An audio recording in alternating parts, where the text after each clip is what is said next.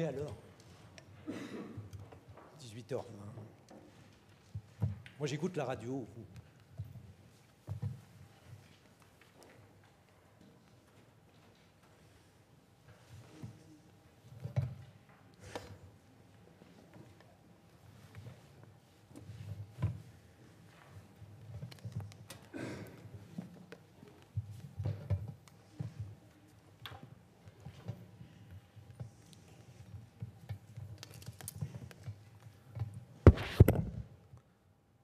Oui. Hervé?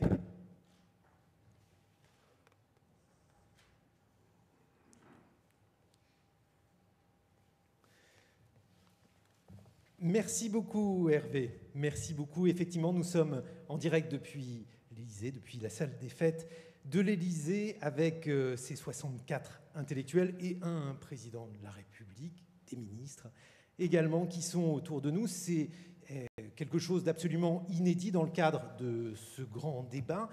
Un exercice absolument inédit qui va pouvoir se prolonger en direct sur l'antenne de France Culture, sur le site de France Culture jusqu'à minuit. Alors après, on a du temps, mais ça sera uniquement sur le site, je le précise pour les auditeurs et pour ceux qui sont autour de moi, Hervé. Alors une seule règle, évidemment, la liberté, c'est évident, mais autant le préciser. Tous les intellectuels, tous les chercheurs, tous les universitaires qui sont autour de moi, chaque catégorie n'étant pas exclusive des autres, sont évidemment libres des propos qu'ils vont tenir, des remarques, des questions qu'ils vont adresser, ou bien au président de la République, ou bien des commentaires généraux. Et pour commencer, Monsieur le Président de la République, bonsoir. C'est vous qui avez eu l'idée de cet exercice, vous qui avez lancé les invitations. C'est France Culture donc qui va retransmettre ce grand débat et l'animer. C'est normal, c'est notre rôle de faire vivre le débat d'idées, mais avant tout, puisque vous êtes un président libre, est-ce que vous pouvez nous expliquer pourquoi vous avez souhaité cet exercice? Merci beaucoup et bienvenue à toutes et tous, et merci d'être présent ici. J'ai en effet souhaité, en début de cette année, lancer ce grand débat national, qui est un exercice un peu inédit au vu de la situation que nous vivions. Conscient du fait qu'au fond, cette situation n'était que le symptôme de quelque chose de plus profond, et qu'on avait besoin d'y réfléchir collectivement et peut-être de retrouver d'autres formes de vitalité dans notre démocratie. Et c'est d'ailleurs ce qui vit sur le terrain. Moi, j'ai eu l'occasion d'échanger avec des maires, avec des jeunes, avec différents forums divers et variés, mais nos concitoyens ont eu énormément de réunions entre eux pour faire remonter des idées, des propositions.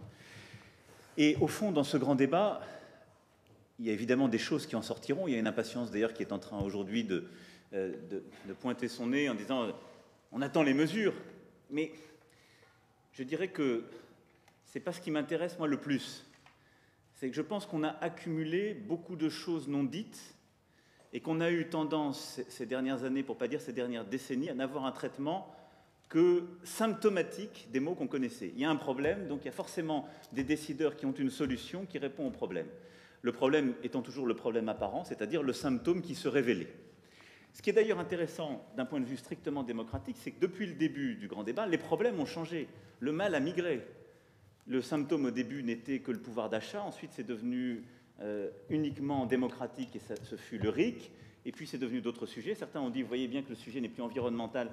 Dans le débat, et au-delà même du débat dans beaucoup d'autres pays, le sujet environnemental revient. Et donc on voit bien que le mal est plus profond et que ce qu'il y a derrière les symptômes, c'est quelque chose qu'il nous faut caractériser, qui est une des sources du malheur français. Alors est-ce qu'il est strictement politique? Est-ce qu'il est d'ailleurs strictement français? Je ne crois pas. Est-ce qu'il est peut-être civilisationnel? En tout cas très profond, je le crois. Et donc, pour moi, ce que nous sommes en train de faire collectivement, c'est de redéfinir un projet national et européen. C'est ce que nous devons faire.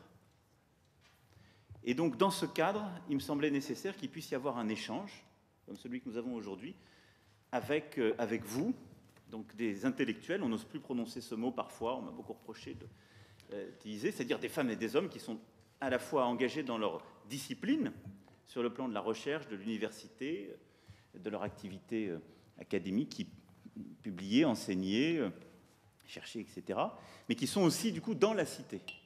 Et donc, moi, ce qui m'intéressait, c'est qu'on puisse avoir un débat extrêmement ouvert sur non seulement la manière dont vous voyez ce moment que vit notre pays, et avec notre pays, d'ailleurs, le continent, mais aussi les voies et moyens d'en sortir. Je ne crois pas que ce soit une crise au sens où on pourrait la borner, c'est-à-dire dire il y a un début et une fin, non. C'est-à-dire comment on peut justement bâtir les réponses à ces grandes transformations, ces grandes transitions que nous sommes en train de vivre.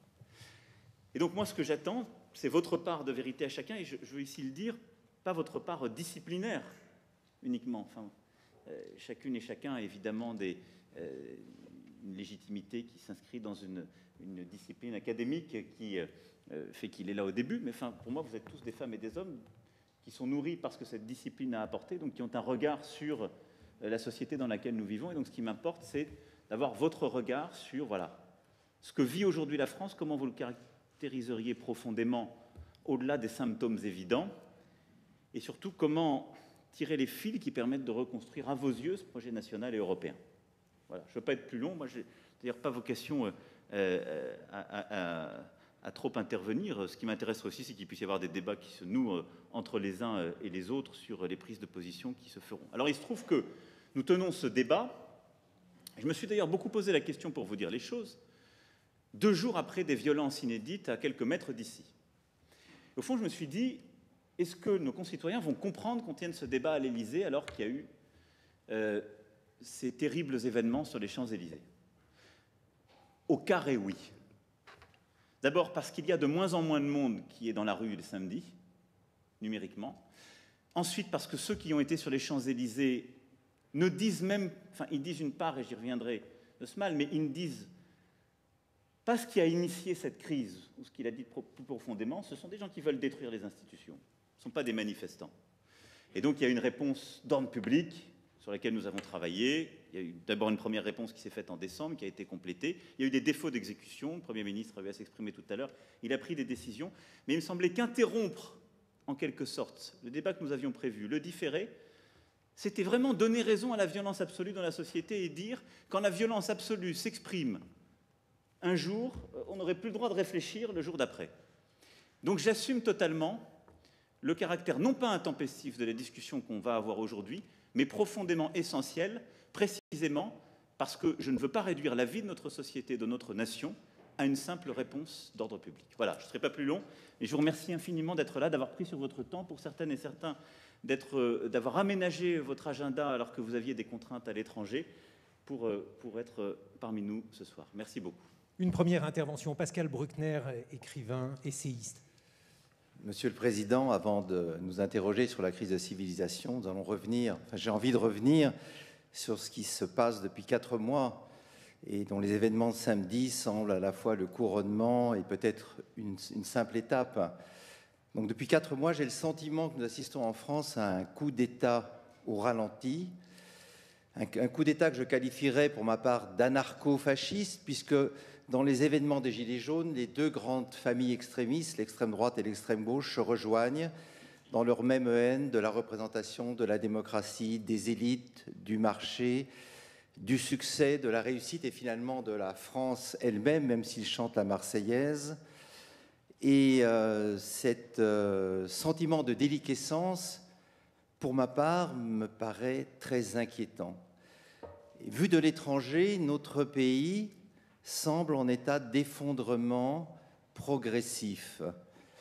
À ces manifestations répétées du samedi s'ajoute maintenant un autre élément, ce sont les manifestations pour le climat qui ont commencé donc samedi dernier devant l'Opéra, qui ont réuni des adultes, des jeunes, des très jeunes, des très très jeunes, puisque j'y ai vu des bébés en poussette, charmants.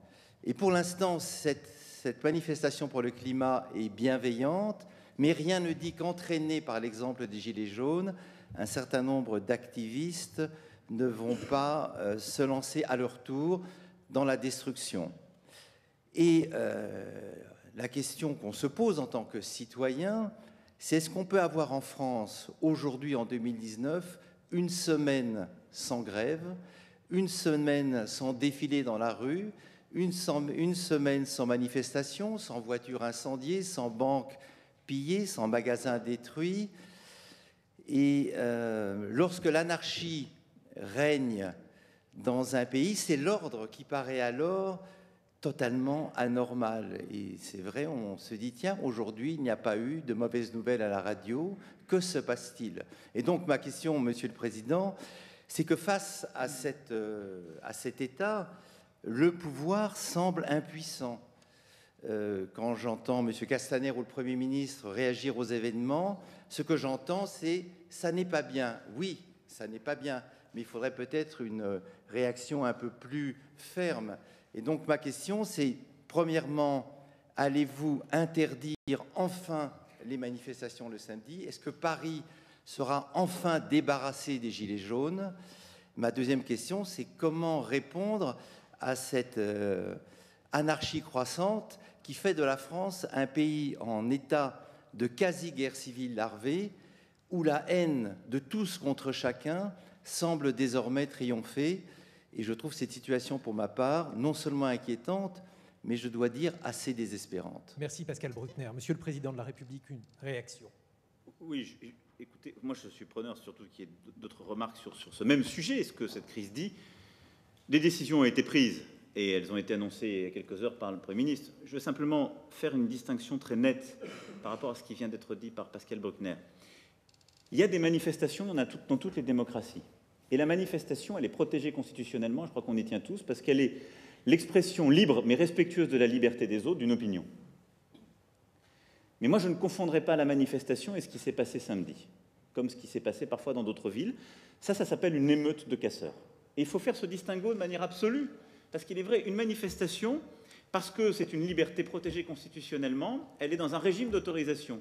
Et donc les gens qui l'organisent, ils expliquent pourquoi ils le font, ils déposent un tracé, il est autorisé, il est encadré. Là, maintenant, on a des gens qui ne savent plus pourquoi ils sont dehors, sauf détruire, qui ne déposent aucune autorisation. Et donc, ce qu'on a décidé de faire, qui n'a pas été appliqué samedi, c'est d'adapter le régime d'ordre public. Et donc la réponse est très différente de celle apportée à une manifestation, et elle sera encore renforcée, c'est ce qu'a annoncé le Premier ministre. Mais je ne voudrais pas qu'on écrase ces deux réalités, parce que sinon, on risque de confondre ce qui est de l'extrême violence politique, je reprends vos termes, qui sont nourris des deux extrêmes, c'est vrai, et peut-être d'une forme de nihilisme chez certains, parce qu'il y a un nouvel ultra qui s'est aussi exprimé dans cette crise, confondre cette réalité avec ce que peuvent être les mouvements sociaux dans toute démocratie, ce qui est pour moi profondément différent. Et donc, là-dessus, quand je regarde les choses, on doit avoir deux débats, mais je ne voudrais pas écraser l'un pour l'autre. Après, les annonces ont été faites cet après-midi par le Premier ministre, je ne vais pas ici les reprendre, mais ce ne sont pas des annonces de commentaires ou d'impuissance, mais de réponses d'ordre public, mais à cette stricte réalité qu'est l'émeute de casseurs, ce qui n'est pas la manifestation de citoyens libres. Et pour être concret, nous nous donnons donc les moyens d'interdire des périmètres. Et donc, oui, les samedis prochains, les Champs-Élysées, comme d'ailleurs différents quartiers de centre-ville qui ont été beaucoup frappés par cette crise, seront interdits à toute forme de rassemblement. Autre intervention, Dominique Méda, économiste, sociologue. Oui, merci pour votre invitation, Monsieur le Président. On est dans une double urgence écologique et sociale et écologique.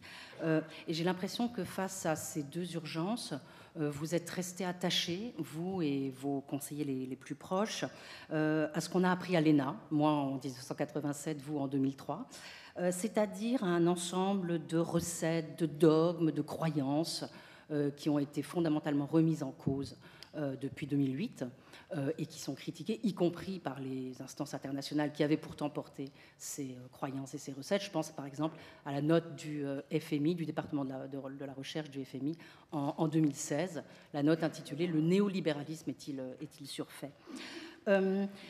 Donc ces politiques sont remises en cause, elles ont échoué, et pourtant vous avez continué dans cette voie. Vous avez accusé le modèle social français d'avoir mis la France dans cette situation, alors que d'autres travaux montrent, des travaux montrent que notre modèle social français n'est pas coupable, et qu'au contraire, le problème, c'est qu'on a eu une série de graves erreurs de politique économique, notamment à la suite de la crise de 2008.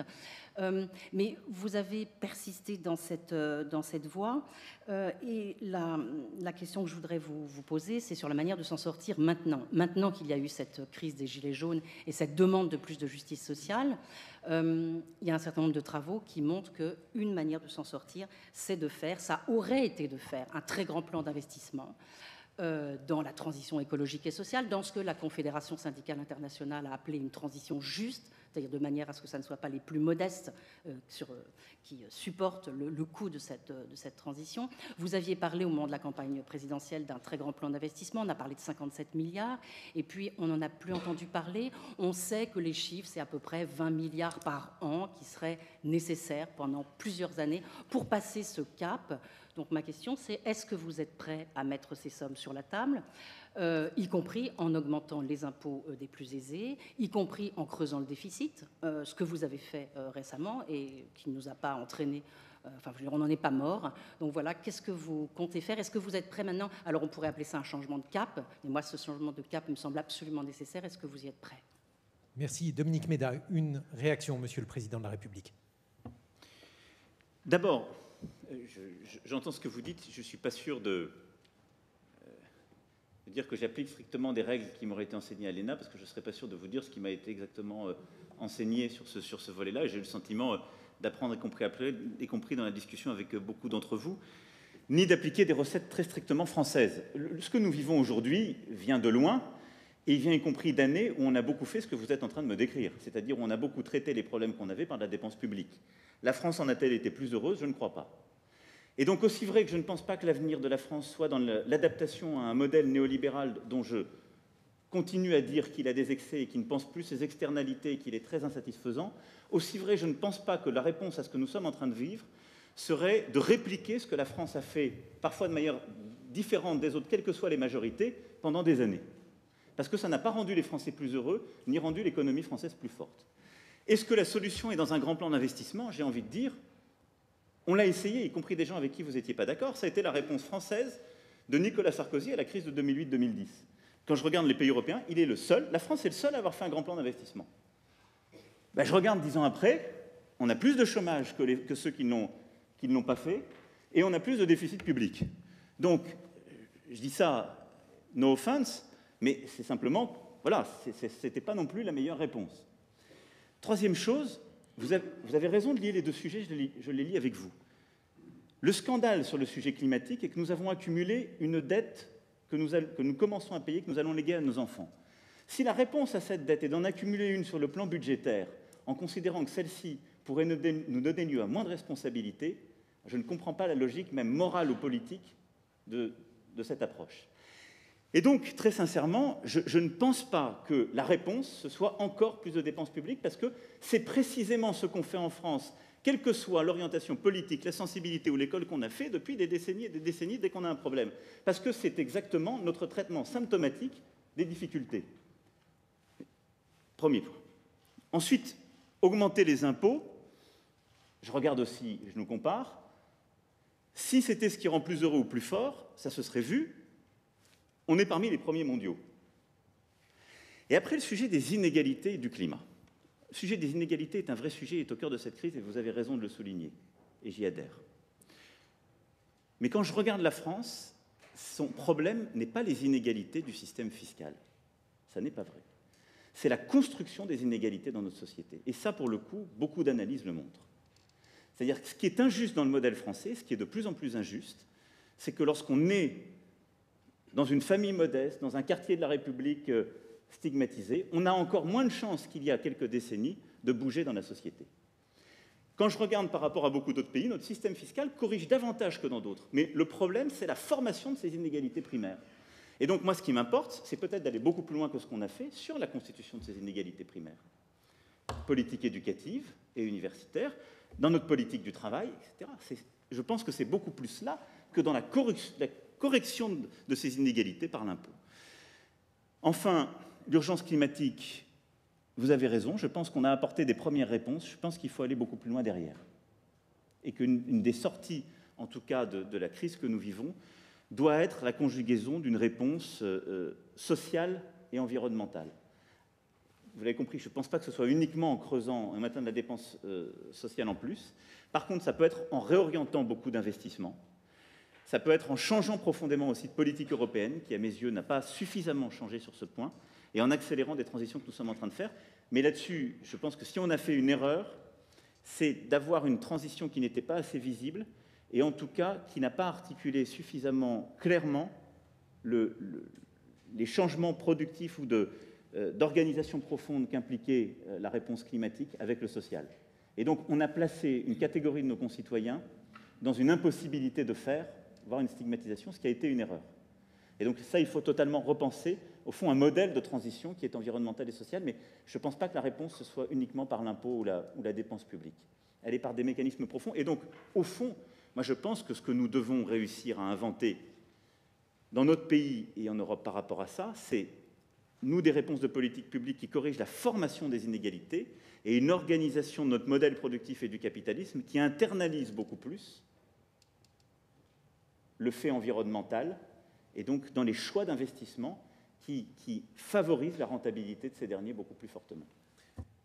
Peut-être sur la question des inégalités, Daniel Cohen, économiste. Monsieur le Président, bonsoir, merci de votre invitation. Pour prolonger un peu cette discussion, ce que je vous propose, c'est de prendre peut-être un tout petit peu de recul sur les grandes transformations que le capitalisme contemporain est en train de connaître, puisque au fond, ce dont on parle presque toujours, et certainement quand on essaie de comprendre les origines du malaise politique et social, c'est ce sentiment nouveau d'insécurité économique qui traverse, pour le coup, toutes les sociétés avancées, la France et tous les autres pays qui aujourd'hui sont soumis, on va dire, à la tentation populiste. Pour comprendre les sources de cette insécurité politique, économique, il faut, je crois, essayer de prendre un tout petit peu de recul sur la façon dont le capitalisme contemporain est en train de se transformer. Nous comprenons tous, nous savons tous qu'il est en pleine mutation. Et au fond, la question, si on essaie de se projeter dans les 30 ou 50 prochaines années, qui était l'exercice qu'on m'avait demandé auquel on m'avait demandé de réfléchir au départ, on voit qu'il y a en réalité deux scénarios et que c'est très très difficile de savoir si on pourra avoir l'un ou l'autre et surtout si on pourra piloter l'un pour éviter l'autre. Le premier scénario, c'est le retour à une croissance inclusive, comme celle qu'on a connue dans les 50 années, on va dire, d'après-guerre, où tout monte en même temps, au même rythme, et au fond, tout ce qu'on a à faire, c'est gérer la prospérité, essayer de réfléchir à la meilleure façon d'en faire le meilleur usage. Il y a un autre scénario qui serait plutôt un scénario de retour à ce qui s'est observé, on va dire, au début du capitalisme, au début du 19e siècle, avec une formidable transition, une formidable mutation du capitalisme, et sur fond de croissance très faible. Sans faire une leçon d'histoire économique, les économistes aujourd'hui qui sont revenus sur le taux de croissance de la première moitié du 19e siècle en Angleterre, par exemple, ont été étonnés de voir que les chiffres étaient très faibles, entre 0,5 et 0,7%, alors même que la société était totalement en train de se transformer. Alors, lequel des deux choisir? Évidemment, tout faire pour avoir le scénario A, mais si on est dans une période de transformation comme celle du scénario B, alors tout devient beaucoup plus compliqué et d'une certaine façon, on pourra toujours, bien entendu, essayer de faire un peu mieux que les autres, mais on sera entraîné dans cette vague irrépressible. Alors, les économistes, évidemment, sont très divisés sur la question de savoir si on peut parier sur le A ou sur le B, mais si on fait juste une observation, que pensent les marchés financiers de ces deux scénarios? Si, par exemple, on regarde le coût de la dette à long terme de la France, à 50 ans, la France se finance à 50 ans à 1,7%, c'est-à-dire moins que l'inflation anticipée. Ça veut dire que les marchés financiers parient plutôt sur le scénario B, d'une croissance faible, d'une inflation faible, et donc d'une montée de tous les déséquilibres que cette croissance faible va entraîner. Alors, la question, au fond, elle est assez simple. Si on doit se préparer à faire face à un scénario un peu catastrophe de croissance au fil de l'eau, de paupérisation nouvelle, on va dire, du travail et des classes populaires, alors on ne peut pas se dispenser d'une réflexion en profondeur sur les instruments qu'on pourra mobiliser pour faire face à ce scénario. Et avec une croissance si faible, je reprends les statistiques que Thomas Piketty avait produites dans son livre, avec une croissance de 1% l'an par exemple, la part du capital hérité ne va cesser de croître. puisque le rendement du capital est beaucoup plus élevé que ce taux de croissance. Et aujourd'hui, on est déjà, comme vous le savez, dans un capitalisme quasiment d'héritier, puisque les 2/3 du capital, du patrimoine détenu en France est hérité, alors que c'était moins de 45% au début des années 70. À ce rythme-là, on va converger vers des rythmes où à 80 à 90% le patrimoine sera hérité, parce que la logique de la croissance ne permettra plus l'accumulation de nouvelles richesses. Donc, première question, peut-on faire l'économie d'une réflexion sur la fiscalité du patrimoine? Peut-on, en comprenant très bien que l'ISF avait beaucoup de défauts, et en particulier celui d'inciter en quelque sorte les héritiers à travailler eux-mêmes pour y échapper, peut-on faire l'économie d'une réflexion sur la fiscalité du patrimoine, de sa transmission? Les économistes ont beaucoup d'idées là-dessus, une flat tax au-dessus d'un certain seuil, grande assiette, petit taux, mais il me semble difficile d'échapper à une réflexion comme celle-là, dans la perspective qui pourrait être celle du scénario B dont je parlais tout à l'heure. Une deuxième codicile, c'est à l'autre bout de l'échelle sociale, si l'insécurité économique devait rester la norme, alors il faut réfléchir évidemment à d'autres instruments de ce côté-là. Les réflexions ici nous pointent vers le revenu de base, revenu universel pour certains. Et j'ai été un peu peiné de voir que les 18 départements qui avaient fait une proposition d'expérimentation sociale sur ce terrain n'ont pas pu la mener à leur terme. C'est dommage parce que c'était au fond la rencontre d'une expérimentation locale qui peut correspondre à une attente justement de démocratie participative. On essaye quelque chose et je crois que c'est vraiment au cœur de cette question de l'insécurité économique dont je parlais au départ. Merci. Daniel Cohen, une réponse, Monsieur le Président de la République. Oui, alors je ne voudrais pas que ça se transforme en dialogue. C'est à vous, non, mais après, c'est à vous de voir comment vous voulez organiser. C'est un propos assez dense. Merci, non, Daniel. Mais je suis très discipliné, donc comme c'est vous qui êtes le maître des cérémonies, je fais ce que vous me dites. Bon, d'abord, moi je prends les deux scénarios du professeur Cohen. Je ne sais pas s'il n'y en a pas de troisième. Si c'est pour m'amener à m'exprimer sur la fiscalité du capital, j'ai envie de dire, j'aurais la même approche que sur le reste. Quand je regarde pour le coup, la situation où on en est par rapport à nos voisins, on ne croule pas sous le capital productif. Et quand je regarde les faiblesses françaises sur ce sujet par rapport à beaucoup d'autres, c'est qu'on a insuffisamment attiré ou gardé le capital productif en France.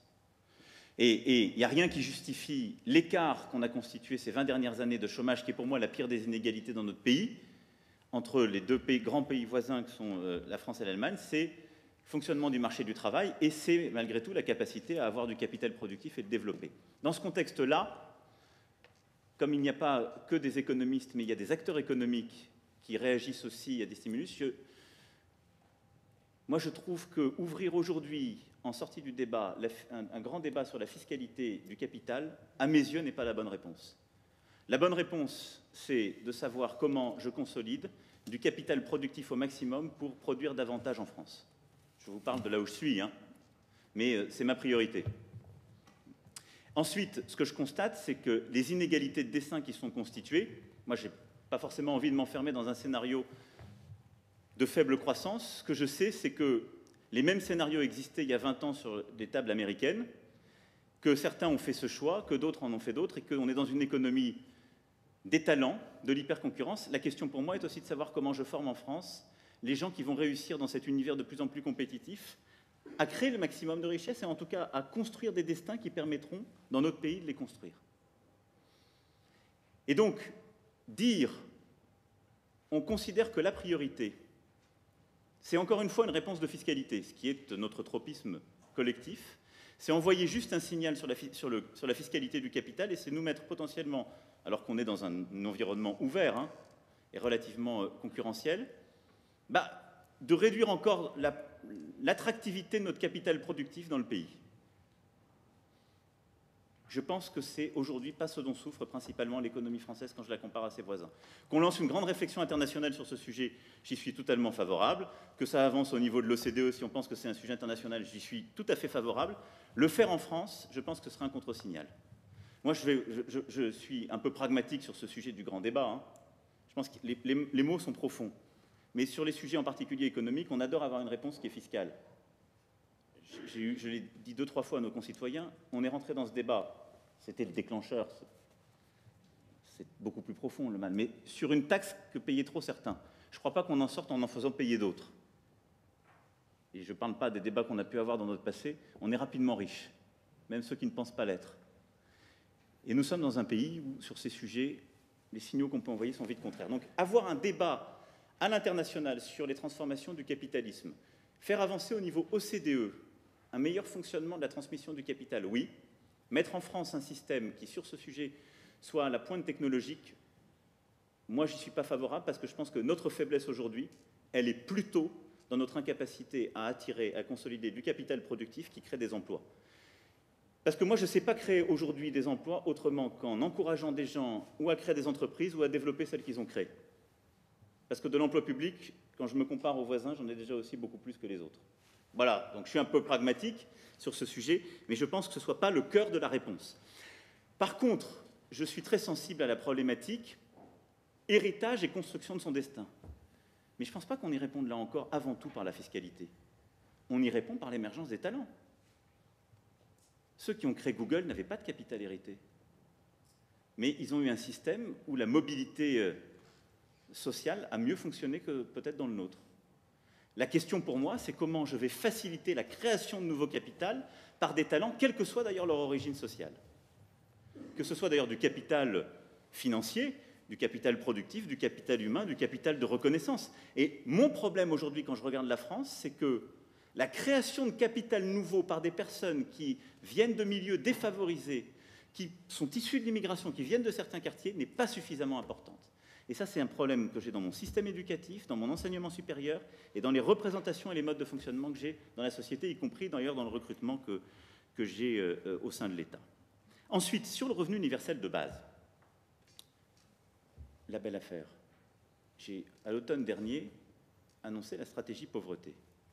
J'ai dit que j'étais favorable et que nous allions lancer un revenu universel d'activité. Alors, il avait des différences profondes avec ce revenu universel de base, qui était en effet l'idée plutôt proposée par Benoît Hamon dans la campagne présidentielle. C'est que c'était un système reposant beaucoup plus sur l'ouverture de droits, mais avec des devoirs. Et je crois d'ailleurs que notre société en a besoin, et qu'une partie d'ailleurs de ce qu'on peut voir, lire dans les tensions sociales qui existent aujourd'hui, c'est la tension qui existe entre les actifs pauvres et les non-actifs. Ce qui est un vrai sujet dans beaucoup d'endroits de la société. Et la proposition qui était faite par les 18 départements ne répondait pas à ce sujet, alors que ce que le gouvernement a lancé et va commencer à expérimenter, conformément à un calendrier qui a été donné, y répondait. Et puis après, c'est une question de savoir qui est responsable de la politique sociale. Et donc moi je suis le premier à dire, on a commencé à le faire, on différencie, mais si on commence à dire des départements peuvent rentrer dans cette logique, à ce moment-là, je peux aussi laisser ouvert d'autres départements qui vont rentrer dans une logique qui est la suppression du RSA, de la même manière. Je crois que les choix démocratiques dans notre pays font que c'est au niveau, pour le coup, de l'État-nation, et donc du gouvernement et du Parlement, qu'avance cette idée. Et elle peut être tentée à l'initiative du gouvernement et du Parlement pour être initiée ou testée selon plutôt des engagements qui ont été retenus par nos concitoyens de manière majoritaire, que de revenir par le truchement de propositions qui ne correspondent pas en effet à la politique qui est aujourd'hui menée par le gouvernement. Pas du tout sur l'idée d'un revenu universel, mais sur les conditionnalités de celui-ci. Donc j'assume ce choix, parce que je pense qu'en méthode, sinon c'est un autre choix. On dit qu'il y a une décentralisation totale de la politique sociale. Mais ça veut dire que quand on vote aux élections présidentielles ou législatives, on ne vote plus pour la politique sociale dans notre pays, vous votez pour la politique sociale quand vous votez pour votre président de département et sa liste. Je ne crois pas que ce soit ce que nos concitoyens aient retenu aujourd'hui. Il y a quelques économistes dans la salle. On va les faire réagir, peut-être aussi pour qu'ils nous donnent leur diagnostic sur la situation de la France et par rapport à ce que vient de dire à la fois Daniel Cohen et le président de la République, Philippe Aghion. Oui, donc on a peu de temps. Donc, je crois que, effectivement, pour assurer la progression du pouvoir d'achat, malgré une double contrainte démographique et climatique, il n'y a pas d'autre moyen que d'avoir une économie d'innovation. Donc il faut créer les moyens d'une économie qui incite à l'innovation et le faire d'une manière qui soit inclusive et qui pousse à l'innovation verte. Je crois qu'une des choses qu'on a appris avec le mouvement, c'était que l'approche au vert a été perçue comme un peu punitive, avec la façon dont la taxe carbone avait été mise en place. Et donc ça pousse à se dire, voilà, il faut la taxe carbone, il faut peut-être la mettre en place avec des modalités différentes, en tenant compte des fluctuations des prix du carburant. Donc là, il y a eu des idées qui ont été émises. Et puis, je crois que de dire aussi, il y a des recherches qui ont été développées qui sont alternatives, qui sont complémentaires de la taxe carbone. Par exemple, le rôle de l'investissement, de l'aide à l'innovation verte, évidemment. Et puis, ce qu'on appelle la corporate social responsibility. C'est-à-dire que maintenant, il y a vraiment cette idée qu'on peut pousser les entreprises à devenir plus responsables. Et là, il y a eu des idées intéressantes qui ont été émises. L'une, c'est l'idée que la concurrence peut aider. Combiner la concurrence et le fait que les citoyens sont conscients du danger climatique, la combinaison des deux pousse les entreprises à l'innovation verte. Voilà, donc ça, c'est un mélange de politique de concurrence et de politique d'éducation. Mais il y a eu aussi des idées très intéressantes par un ami à moi, Patrick Bolton et d'autres, sur l'idée de climate stress test. C'est l'idée de dire, eh bien, on propose un scénario climat adverse, par exemple un réchauffement plus rapide que prévu, une montée des eaux plus rapide que prévu, et on regarde pour chaque entreprise qui est cotée, est-ce qu'elle fait face ou pas à ce risque. Et on peut réglementer les entreprises comme ça, c'est-à-dire, voilà, vous faites un certain nombre d'investissements, comment vous répondez à ces stress tests? Donc l'idée, c'est de dire, je vais utiliser les forces du marché, la concurrence, la réglementation, d'autres forces, et on va être très innovant en matière de lutter contre le réchauffement climatique, par-delà une taxe carbone qui, elle, serait plus intelligente. Donc je crois que là, c'est une chose dans laquelle on n'avait pas suffisamment réfléchi, je crois, au moment de la campagne. Comment pousser au vert, comment pousser à l'innovation verte, avec toute une série d'instruments auxquels on n'avait pas pensé avant. Je voulais quand même dire un dernier mot, je ne veux pas être sur les niches fiscales, je ne veux pas, parce que je veux dire ce mot-là. Quand on était plusieurs impliqués dans le programme, et moi, en tout cas, j'avais mal compris. C'est-à-dire que j'étais beaucoup poussé pour la flat tax, parce que je pensais également qu'il fallait devenir un pays comme les autres en matière d'investissement. Pousser à l'innovation, pousser à l'investissement, il fallait qu'on se montre qu'on était même comme la Suède. Moi, mon modèle, c'était la Scandinavie. D'accord? Mais ils ont la flat tax, pourquoi on ne l'aurait pas? Mais il y avait pour moi le en même temps, et le en même temps, c'était les niches fiscales. C'est-à-dire qu'en Suède, il y a beaucoup moins de niches fiscales que chez nous, par exemple. Nous, on a à peu près 450 niches, pour un total de 100 milliards d'euros. Il y a une grande complexité du système des niches, une grande incohérence. Et dans mon esprit, mais c'était aussi dans l'esprit de gens qui venaient par exemple de Rexecode ou d'autres qui ne sont pas particulièrement étiquetés à gauche, qui poussaient également pour la flat tax. Et puis pour eux, il y avait le en même temps des niches fiscales. Et il y a une série d'idées auxquelles on peut penser. On a des plafonnements à 10 000 € pour les niches individuelles, on peut les baisser. On peut élargir l'assiette de la niche copée. Il y a des abattements de 10% pour frais professionnels dont bénéficient beaucoup de hauts salaires, des hauts retraités, etc. On peut peut-être toucher à ça, j'en sais rien. Mais quand j'ai vu le ministre de budget venir avec l'idée, oui, on va s'attaquer aux niches fiscales, j'étais plutôt content parce que j'ai dit c'est une bonne chose. Ce en même temps qu'on aurait peut-être dû faire avant, tout d'un coup il vient. Mais après j'ai eu le sentiment que c'était un peu retoqué, qu'on n'était pas sûr qu'on allait le faire. Et dans mon esprit, il y avait l'idée vraiment de ce en même temps. On va vers une fiscalité plus simple, mais également, on tient eh bien, les niches fiscales, on ajuste, on les met à plat, ça ne veut pas dire qu'on les supprime toutes, mais ça donne un signal, si vous voulez, d'équilibre. Il y a le fameux en même temps. Et je crois qu'un petit peu, voilà, la perception était de dire, on ne sent plus le en même temps, et ça part trop d'un côté. Voilà. Et donc, je voulais un petit peu avoir votre réaction, Monsieur le Président, voilà, sur ces idées-là. Une autre réaction d'économiste Jean Pisani-Ferry. Merci. Merci d'abord, Monsieur le Président, d'organiser ce débat qui est inédit, qui crée pour nous, je crois, un devoir de clarté sur la nature des controverses que nous avons entre nous. Je pense que ça nous impose de sortir de la posture, qui crée aussi une très grande attente, puisqu'il y a une tradition, disons, instrumentale dans le débat avec les intellectuels dans ce pays, et que l'attente qui naît de ce débat aujourd'hui, c'est justement d'en sortir. Je voudrais revenir sur les sujets fiscaux, non pas parce que c'est l'essentiel, mais parce que la question est ouverte. Comme Philippe Aghion, je dois à la transparence de dire que j'ai contribué à votre programme. Je crois que dans ce qu'on comprend du grand débat, c'est un sujet qui préoccupe énormément les Français. Et il y a d'abord le sentiment que le système est inéquitable, qu'il y a trop de gens qui y échappent, qu'il y a trop d'entreprises qui y échappent, et du coup que l'idée que nous avons une contrainte sur les ressources est une idée qui ne passe pas bien. On se dit, il y a de la ressource, il suffit d'aller taxer ce qui n'est pas taxé. Alors ce n'est plus vrai pour les personnes, depuis l'accord à l'OCDE sur la levée du secret bancaire. Mais ça reste vrai pour les entreprises, ça reste vrai pour les entreprises multinationales, et donc ça crée un sentiment d'illégitimité, ça détruit le consentement à l'impôt comme à l'effort d'économie. Et probablement, ce que nous perdons, c'est quelque chose comme 10 milliards là-dessus. Donc la question qui se pose, c'est de savoir jusqu'où nous sommes prêts à aller et comment nous allons faire. Et pour être très concret, est-ce que nous sommes prêts à aller vers un accord international qui conduirait à ce que les multinationales françaises puissent être taxées, y compris sur leur activité en Chine, sur les produits qu'elles vendent? Nous céderions des recettes fiscales à d'autres pays et en contrepartie, nous pourrions taxer des multinationales américaines qui interviennent chez nous. Autrement dit, la taxe GAFA est une toute petite réponse et très partielle à un problème beaucoup plus large. Sur le point de l'équité que soulevait Philippe Aghion, je voudrais y revenir parce que, au fond, quand on regarde l'effet sur la répartition des mesures qui ont été prises et qui étaient nécessaires, je partage totalement l'idée que la fiscalité du capital était excessive, qu'elle était confiscatoire, qu'on avait des taux de prélèvement sur les revenus du capital qui pouvaient dépasser 100% et que c'était profondément anti-économique. Néanmoins, l'effet sur la répartition, c'est que le 1% supérieur a gagné quelque chose comme 5-6 points de revenus dans les mesures qui ont été prises.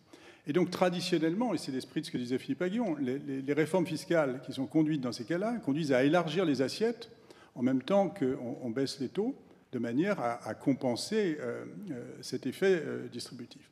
Ou alors, on considère que le 1% supérieur avait été surtaxé, et effectivement, il avait été beaucoup taxé dans la période 2010-2014, et que c'est une restitution, mais à ce moment-là, ceux qui sont immédiatement après, et qui n'ont pas bénéficié de ces mesures, ou très peu bénéficié de ces mesures sur l'allègement de la fiscalité du capital, vont demander leur dû, en disant « pourquoi pas nous ?»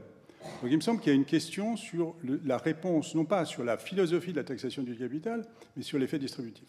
Dernier point sur la fiscalité, je pense qu'il y a une très grande question aussi sur le vieillissement de notre système fiscal et la complexité. On a un impôt sur les successions qui, quand même, sent bon le 19e siècle.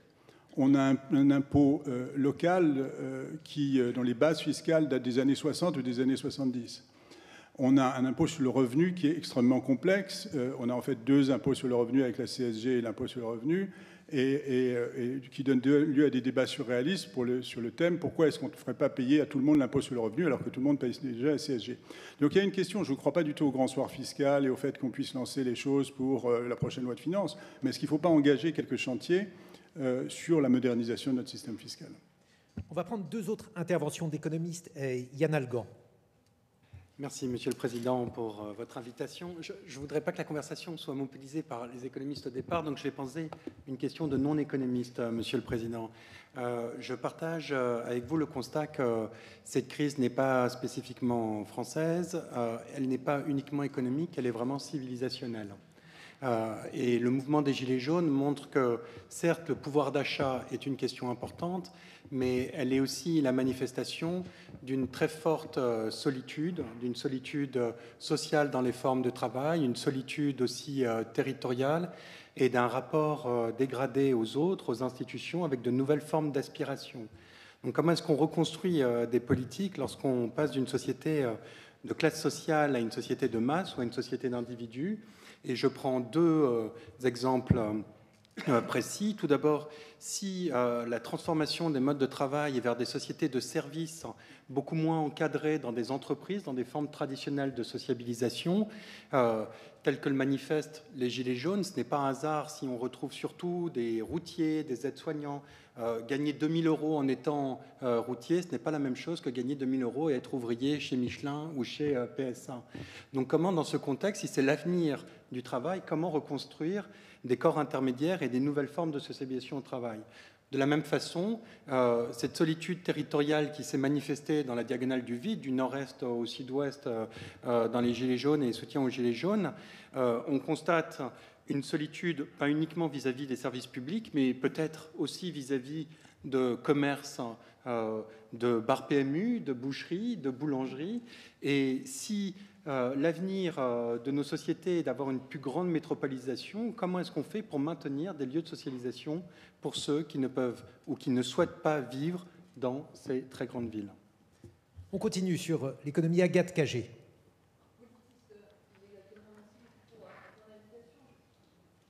Le micro doit être ouvert. Merci. Merci beaucoup pour l'invitation. Je m'excuse, je vais commencer par une évidence. Je pense que quand les choses ne fonctionnent pas, souvent il faut essayer de faire différemment. Quand on parle de mettre des moyens supplémentaires sur l'école, sur la recherche, sur le logement, sur la santé, pour moi, on ne doit plus parler de dépenses publiques, mais d'investissement public. Et ramener une demande et une discussion sur est-ce que je mets et où je mets des moyens supplémentaires sur l'école, sur la recherche, sur un certain nombre d'emplois à de la dépense publique, c'est finalement faire ce qu'on a toujours fait en termes de débat depuis des dizaines et des dizaines d'années, s'interroger sur notre niveau de dépenses publiques, comparer ce niveau de dépenses publiques à celui de nos voisins. Et ça aussi, c'est une technique qui ne fonctionne plus ou qui fonctionne relativement mal. Quand on dit il faut s'interroger aujourd'hui sur la taxation du patrimoine. Je ne pense pas qu'on soit en train d'agiter le joujou de la fiscalité. On est en train de dire, vous disiez, Monsieur le Président, il faut travailler sur les inégalités primaires. La plus forte des inégalités primaires aujourd'hui est en train de devenir la possession ou non de patrimoine. Certes, les inventeurs de Google n'avaient pas de patrimoine à la base, mais aujourd'hui, vous ne pouvez pas inventer Google à Paris parce que vous ne pouvez juste pas vous loger à Paris. C'est une problématique. C'est une problématique extrêmement importante. Alors oui, il faut travailler sur la réduction des inégalités au niveau scolaire. Il faut travailler à comment je mets plus de mixité sociale, plus de mixité scolaire dans l'école. Ça, c'est quelque chose d'important. Il faut travailler à la réduction des inégalités dans l'accès à l'emploi, mais il faut travailler sur ce sujet fondamental. Si aujourd'hui, vous avez une partie de la population qui se voit transmettre un capital incommensurable par rapport au capital qu'a la grande majorité de la population, vous ne pouvez pas demander à la grande majorité de la population de créer Google, de créer de l'emploi et d'aller au même niveau qu'une partie de la population qui commence avec tout, quand le reste de la population n'a pas grand-chose, mais n'a absolument rien. Et sur la nécessité de changer, désolé de le dire comme ça, de logiciel, je pense, la question du RUE, ce n'est pas de dire est-ce que le RUE qui a été développé dans les 18 départements était mieux ou moins bien que la mesure qui a été proposée dans le plan pauvreté du gouvernement. Pour moi, la question est de dire on avait quelque chose qui était né de l'expérimentation citoyenne. RIE, peut-être une définition. Le revenu universel d'existence. Vous aviez dans la Gironde des citoyens qui avaient travaillé pendant des semaines au niveau du département sur quel type d'expérimentation conduire. Ces citoyens, ensuite, s'étaient réunis dans des conférences de consensus. Vous aviez le laboratoire d'évaluation des politiques publiques qui avait évalué les différents scénarios. Vous avez des politiques qui se sont engagés, qui sont allés jusqu'au Parlement en disant « laissez-nous juste conduire cette expérimentation ». Pas pour dire c'est la solution qu'il faudra imposer ensuite au niveau national, juste pour dire c'est né des citoyens. On a les chercheurs avec nous, essayons de faire différemment. Je pense qu'aujourd'hui, il faut conduire les politiques publiques différemment, en acceptant d'associer les citoyens, en acceptant d'associer les chercheurs, en conduisant un grand débat de manière occasionnelle, mais en essayant de travailler différemment sur le long terme et en acceptant de dire oui, bien sûr, la politique sociale, il faut la conduire au niveau de l'État, mais si des départements mobilisaient des milliers de citoyens pour essayer de tenter quelque chose, peut-être ne devons-nous pas le balayer de la main parce que c'est né du département et que ce n'est pas né de la ligne qui avait gagné à l'élection présidentielle. Une réaction, Monsieur le Président, 3 économistes, une politiste, des thèmes relatifs aux inégalités, à la fiscalité. Oui, je ne reviens pas sur ce qui a été dit sur les différentes réponses aux défis climatiques, même si je pense, et ça rejoint, on n'a pas été au bout dans la discussion avec Dominique Méda, je pense malgré tout qu'il faut en effet, il faut à un moment des choix d'investissement lourds.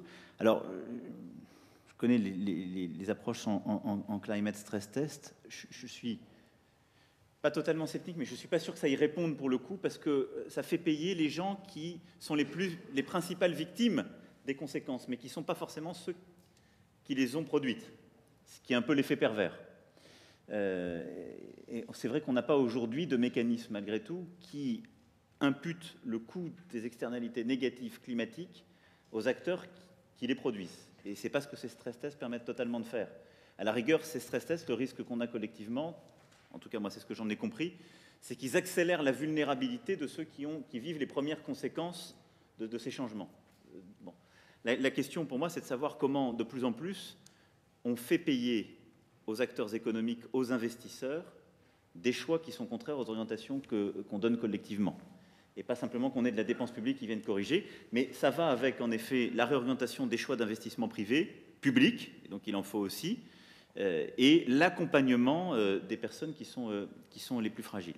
Je ne reviens pas sur ce qui a été dit sur l'innovation. Alors, sur après l'approche, et c'était les 2 interventions de Philippe Aghion et Jean Pisani-Ferry sur les réformes du système fiscal. Sur flat tax contre niche fiscale, la question est toujours une question d'ajustement. Et au fond, ça rejoint la modernisation du système fiscal, qui était la deuxième interpellation de Jean Pisani-Ferry. C'est simple. À la fin, l'économie politique de ces réformes, c'est il y a des gagnants et il y a des perdants. Les gagnants prennent l'argent et ne le disent pas, et les perdants hurlent. Je peux vous le dire, j'ai déjà essayé. Et dans le système français tout particulièrement, ça marche beaucoup. Donc une bonne réforme, pour qu'elle soit menée sur tous ces sujets, c'est une réforme qui coûte de l'argent public. C'est simple, c'est une réforme où on sait compenser, en tout cas pendant un temps, les perdants pour accompagner. La question, c'est est-ce qu'on doit mettre sur ce sujet notre capital politique et budgétaire, ou est-ce qu'il faut le mettre sur d'autres sujets? Je le dis franchement. Moi, je suis tout à fait d'accord, on a un système qui est très vétuste sur le plan de la fiscalité locale en particulier ou autre. J'ai pris un engagement qui est de supprimer la taxe d'habitation, on transférera un autre impôt, mais on va baisser de quelques dizaines de milliards la fiscalité. Là, c'est très classe moyenne. Hein. Et donc, quand je regarde l'équation budgétaire qui est faite, des engagements pris de ce qui est en train de se faire, elle est beaucoup plus focalisée sur les classes moyennes que sur les 1%. Parce que si je fais ISF, flat tax, plus taxe d'habitation, c'est beaucoup plus classe moyenne, beaucoup plus. Et quand je regarde d'ailleurs les 15 dernières années, les principales victimes, si je puis dire, des augmentations, c'était les classes moyennes. Donc je trouve que c'est assez juste. Est-ce qu'il faut y réfléchir, voir comment on l'améliore, lancer des travaux? Moi, j'y suis totalement favorable. Est-ce qu'en toute bonne foi, ma première réaction à vos interpellations, c'est de dire je vais mettre mon capital politique et le cœur de la dépense publique sur ces sujets? Je ne crois pas. Pourquoi? Parce que je pense que nous devons mettre beaucoup plus sur la transition climatique et les réponses d'investissement, j'y reviendrai parce que j'essaie de cette terminologie, je l'utilise aussi sur quelques politiques publiques, que les mettre sur la modernisation du système fiscal. Si je suis simple, quand je regarde le système fiscal français, il faut plutôt essayer de le baisser et de baisser les dépenses en totalité.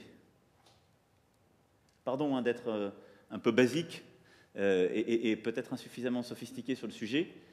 Enfin, quand je regarde les choses, on est plutôt au-dessus de la moyenne sur tous les sujets et à peu près tous les déciles. Bon.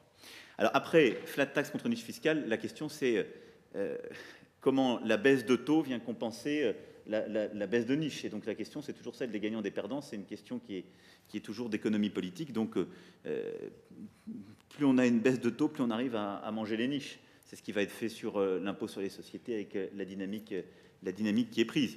Sur la fiscalité du patrimoine, c'est différent.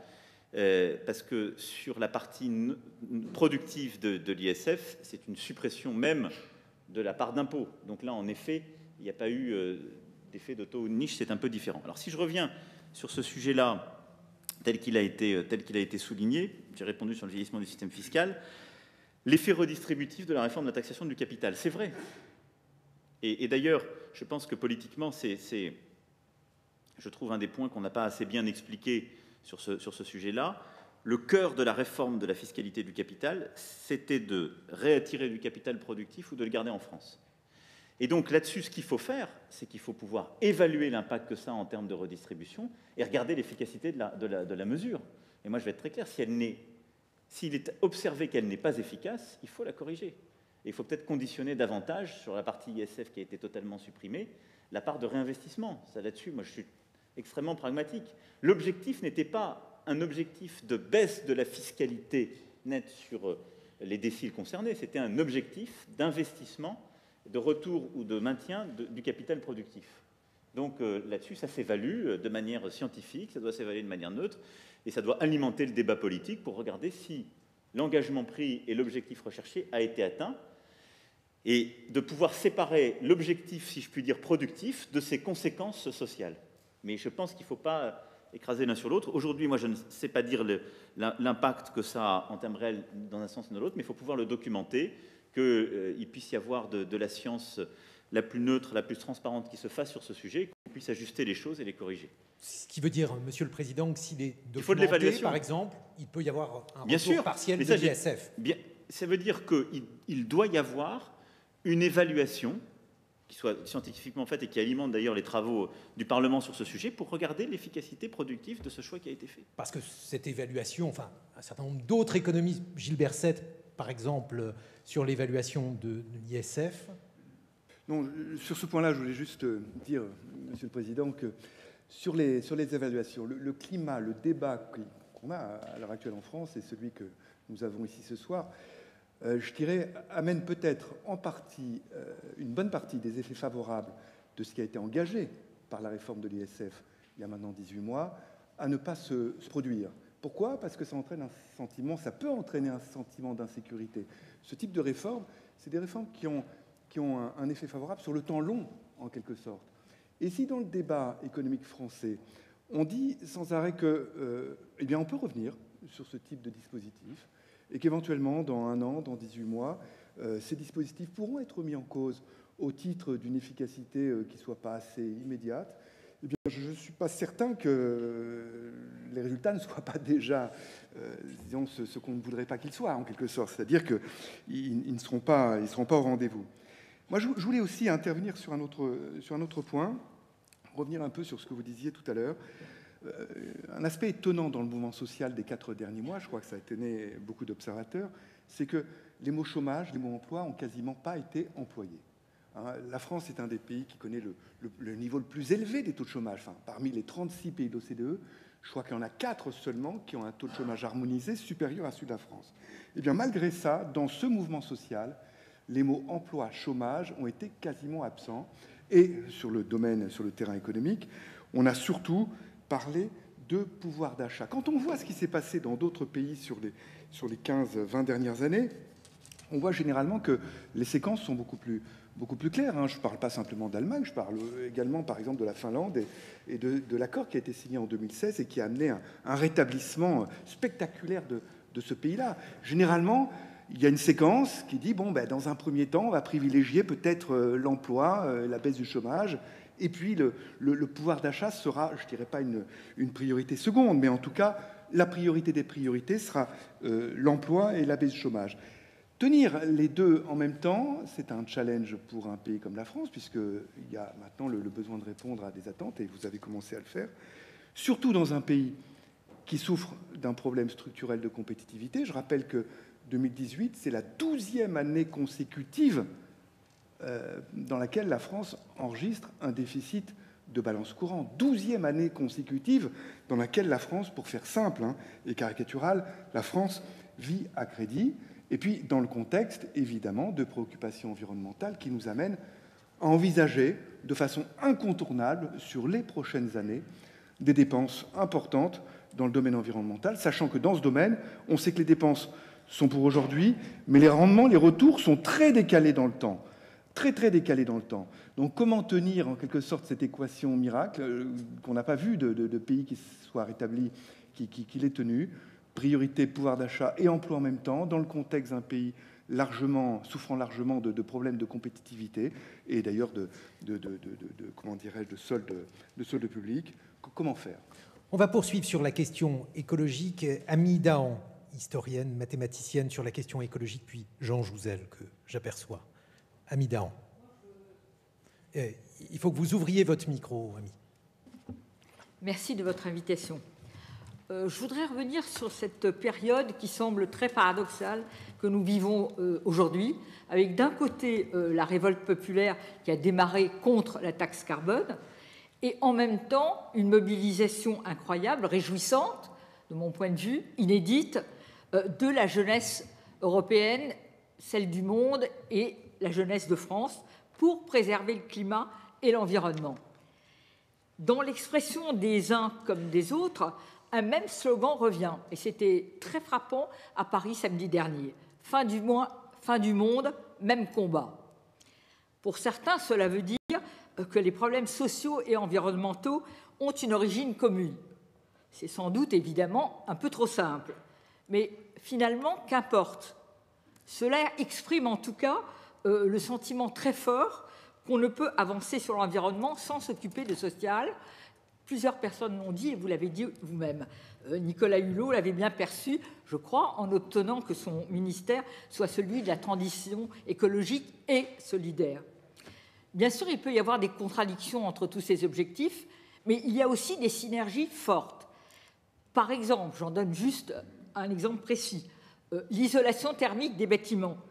un sujet majeur pour la réduction de nos émissions de gaz à effet de serre, qui réduit aussi la facture énergétique des ménages, notamment les plus démunis, et devrait créer beaucoup d'emplois non délocalisables. Certains de nos voisins européens ont su industrialiser la rénovation thermique des bâtiments sur un rythme beaucoup plus soutenu que le nôtre. Pourquoi pas nous? La transition écologique, je crois qu'il faut vraiment l'affirmer, c'est une transformation matérielle, sociétale, très profonde, comparable à la grande transformation de Polanyi qu'il a décrite à propos de la révolution industrielle, et elle nécessite d'offrir un projet d'ensemble cohérent, global. Permettez-moi de vous dire, Monsieur le Président, que j'ai trouvé que dans votre lettre aux Français, ce projet d'ensemble global n'apparaissait pas clairement, parce que c'était une question parmi d'autres. Et puis, elle ne peut pas être abordée simplement par les modes dans le cadre individualiste. La transformation, certes souhaitable, des habitus et des modes de vie est forcément contrainte par les infrastructures qu'offre le pays et aussi par les valeurs culturelles portées par le pouvoir, la société, etc. Donc, engager cette transformation aujourd'hui, c'est exprimer ce projet et y aller. Engager cette transformation, c'est aussi, bien sûr, et là on rencontre ce dont on a parlé avant, une affaire d'investissement dans l'efficacité énergétique, dans l'énergie renouvelable, dans l'agriculture bio ou l'alimentation saine. Je crois qu'il faudrait parvenir à généraliser, par exemple, le prêt à taux zéro pour tous les objets de la transition, que ce soit les pompes à chaleur, le véhicule électrique ou l'isolation. Des outils existent. On en a parlé, comme la Banque centrale d'investissement, la Banque européenne d'investissement, pardon, ou la Banque du climat, dont Jean Jouzel parlerait sûrement mieux que moi. Parce qu'il faut de l'argent pour décarboner l'économie, c'est vrai, beaucoup d'argent. Alors comment le trouver? En fait, on sait qu'il existe, il faut le flécher vers la transition écologique. Alors certaines outils et certaines décisions, ne dépendent que de nous, Français, c'est-à-dire de vous, Monsieur le Président, et d'autres doivent être prises au niveau européen. Il faudrait parvenir à sortir les investissements de la transition écologique des critères de Maastricht et réussir à orienter l'argent de la BCE vers la transition énergétique. Je crois que c'est important que ce New Deal vert, c'est repenser en profondeur ce qu'est une dette pour se donner les moyens, les marges de manœuvre de l'investissement et repenser les catégories de la comptabilité publique comme la commission Stiglitz l'avait suggéré il y a 10 ans, pour répondre au défi majeur de notre temps, qui est la question climatique. Et en définitive, je voudrais terminer avec cela, il s'agit de relancer le projet européen par et pour la transition écologique et énergétique. Le seul thème susceptible peut-être de faire consensus en Europe, de lever les réticences de nos voisins les plus puissants à l'égard d'une plus grande solidarité européenne.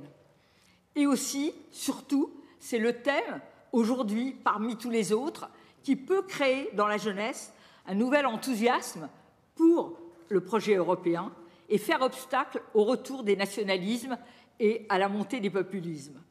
Ma génération, malheureusement, très représentée ici, a failli de ce point de vue. Je souhaite que la vôtre, Monsieur le Président, soit plus lucide et plus responsable. Merci. Merci, Amélie Dahan. Jean Jouzel, sur ce même thème. Monsieur le Président, merci de votre invitation. Pas de surprise, je vais être très en phase d'ailleurs avec Amélie Dahan, même si on n'a pas préparé ensemble. Peut-être quand même utile, pas inutile complètement de redire la réalité du réchauffement climatique, que les 4 dernières années ont été des années records, que si vous voulez identifier les 20 années les plus chaudes, il suffit de remonter de 22 ans. Et surtout que le climat que nous vivons aujourd'hui est vraiment marqué par un réchauffement de 1/10 de degré par décennie, par une intensification déjà perceptible d'événements extrêmes, et vraiment celui que notre communauté scientifique envisageait il y a une 30aine d'années. Ça nous invite, je crois, à prendre au sérieux ce que cette communauté prévoit pour les années 2050 et au-delà.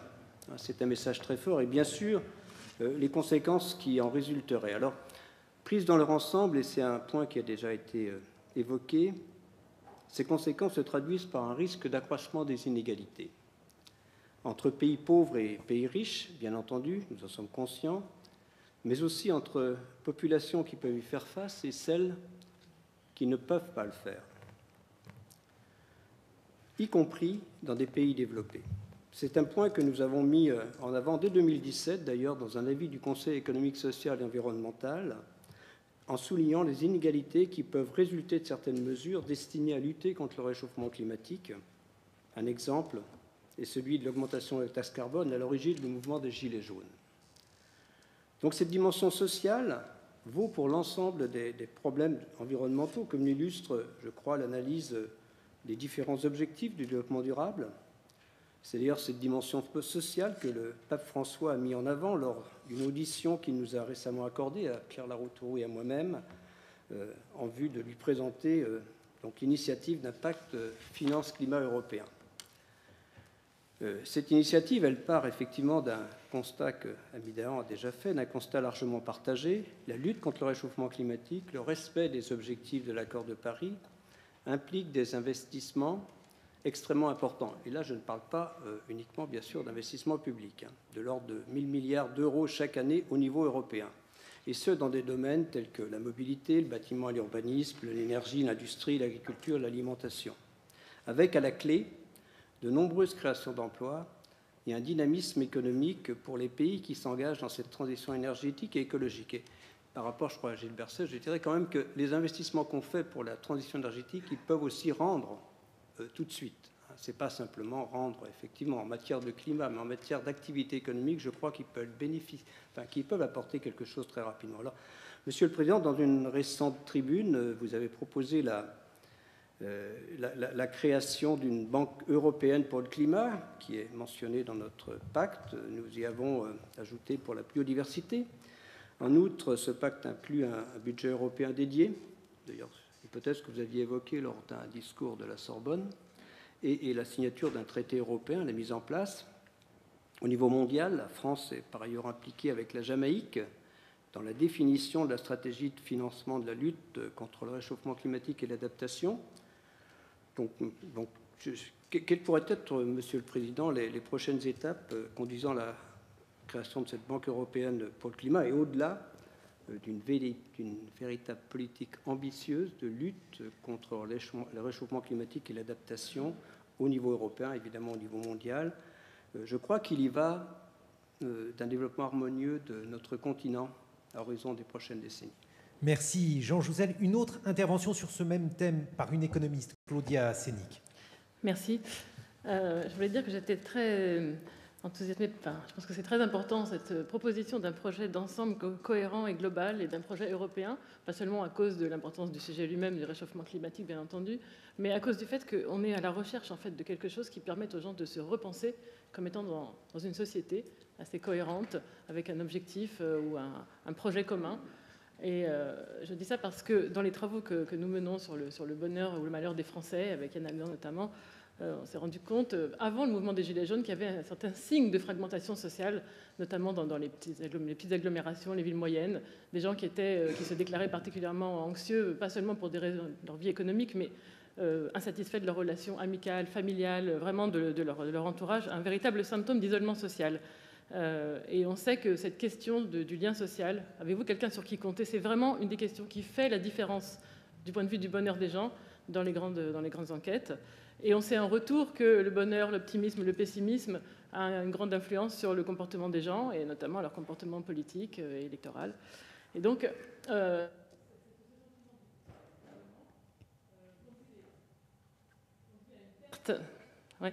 conduit à une perte de représentation de soi comme étant intégrée dans une instance intermédiaire qui elle-même après va se composer avec d'autres pour former société. Donc dans ce cas-là, qu'est-ce qui permet de nouveau de se représenter comme étant un membre d'une société qui... Merci Claudia Sénic. Pardonnez-moi. Qui varie. L'idéal, évidemment, est d'avoir un projet commun. Ça peut être l'émancipation, la croissance, la social-démocratie. Ça ne marche plus très bien parce que la croissance économique n'est plus là pour soutenir tout ça. Alors maintenant, soit on retrouve effectivement, comme dans le plan 1 de Daniel Cohen, une croissance, par exemple, verte, ça serait idéal. Soit, en fait, l'alternative aussi, c'est un ennemi commun. Donc, par exemple, cet ennemi commun, ça peut être le réchauffement climatique, ça peut être la concurrence fiscale qui détruit l'État-providence européen, ça peut être la guerre des identités, le séparatisme social. Mais en tout cas, ce projet global écologique, s'il est vraiment présenté en tant que tel, et on voit à quel point la jeune génération y adhère, ça peut fédérer justement ce sentiment d'appartenir à une collectivité. Je pense que c'est vraiment très important. C'est ça, c'est l'absence de ça qui nourrit ce populisme où on a l'impression qu'il y a d'un côté les élites et de l'autre côté le peuple et que désormais ils sont totalement séparés. Merci Claudia Sénic. Sur ces trois interventions, Monsieur le Président, autour de l'écologie et d'un projet européen d'inclusion. Alors je pense que ce que vous venez de dire, et ça rejoint d'ailleurs en quelque sorte l'approche presque micro qui était celle de Yann Algan, c'est celle de cette solitude et de la perte de sens. Et ça, je pense que vous avez parfaitement raison, et que c'est le défi qui est le nôtre. C'est pour ça que je disais en préambule que la question qu'on a à traiter est plus grave que de dire c'est simplement une réponse symptomatique à tel ou tel sujet. C'est de savoir quel est le commun et comment je construis mon destin individuel dans un destin collectif. Et d'ailleurs, quelque part, le moment cathartique que vit notre société le dit. Parce que beaucoup y répondent par des problèmes, par du malheur individuel, ou des problèmes individuels, mais disent quelque part beaucoup du délitement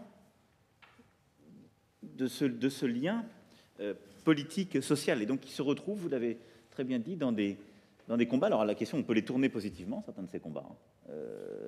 Le sujet sur le climat, on peut le tourner positivement. Et d'ailleurs, aujourd'hui, il est assez positif, si je puis dire. Il est une impatience, il est une exigence, mais il est dans ses traductions relativement positif. Néanmoins, sur ce qui a été dit justement sur cette solitude sociale, territoriale, et ce besoin, comme vous venez de le dire, de commun, de lien social, je pense que ça, c'est un de nos défis. Alors, il y a plusieurs strates de réponse. Il y a une réponse qui est dans l'aménagement qu'on peut faire de ce commun. La puissance publique, elle a des choses à sa main. Elle aménage justement des politiques publiques, elle peut créer ce commun social, elle peut créer des services publics comme on dit, de proximité qui sont une façon de remettre cela. Mais plus largement, on a à penser, à mon avis, à organiser aussi une autre façon d'être dans le travail et autour du travail. Et je ne parle pas là forcément de la notion d'emploi, mais il y a quelque chose de la solitude des destins individuels dans notre société aujourd'hui et qui va avec leur dématérialisation. Et ça, ce n'est pas une réponse qui est univoque, elle ne se pense pas d'ailleurs toute seule, hein. Elle dépasse largement ce qui est à la main d'un gouvernement ou de quelques dirigeants politiques que ce soit, mais elle fait partie de la réponse très profonde qu'on a collectivement à apporter. Et puis, il y a le projet commun.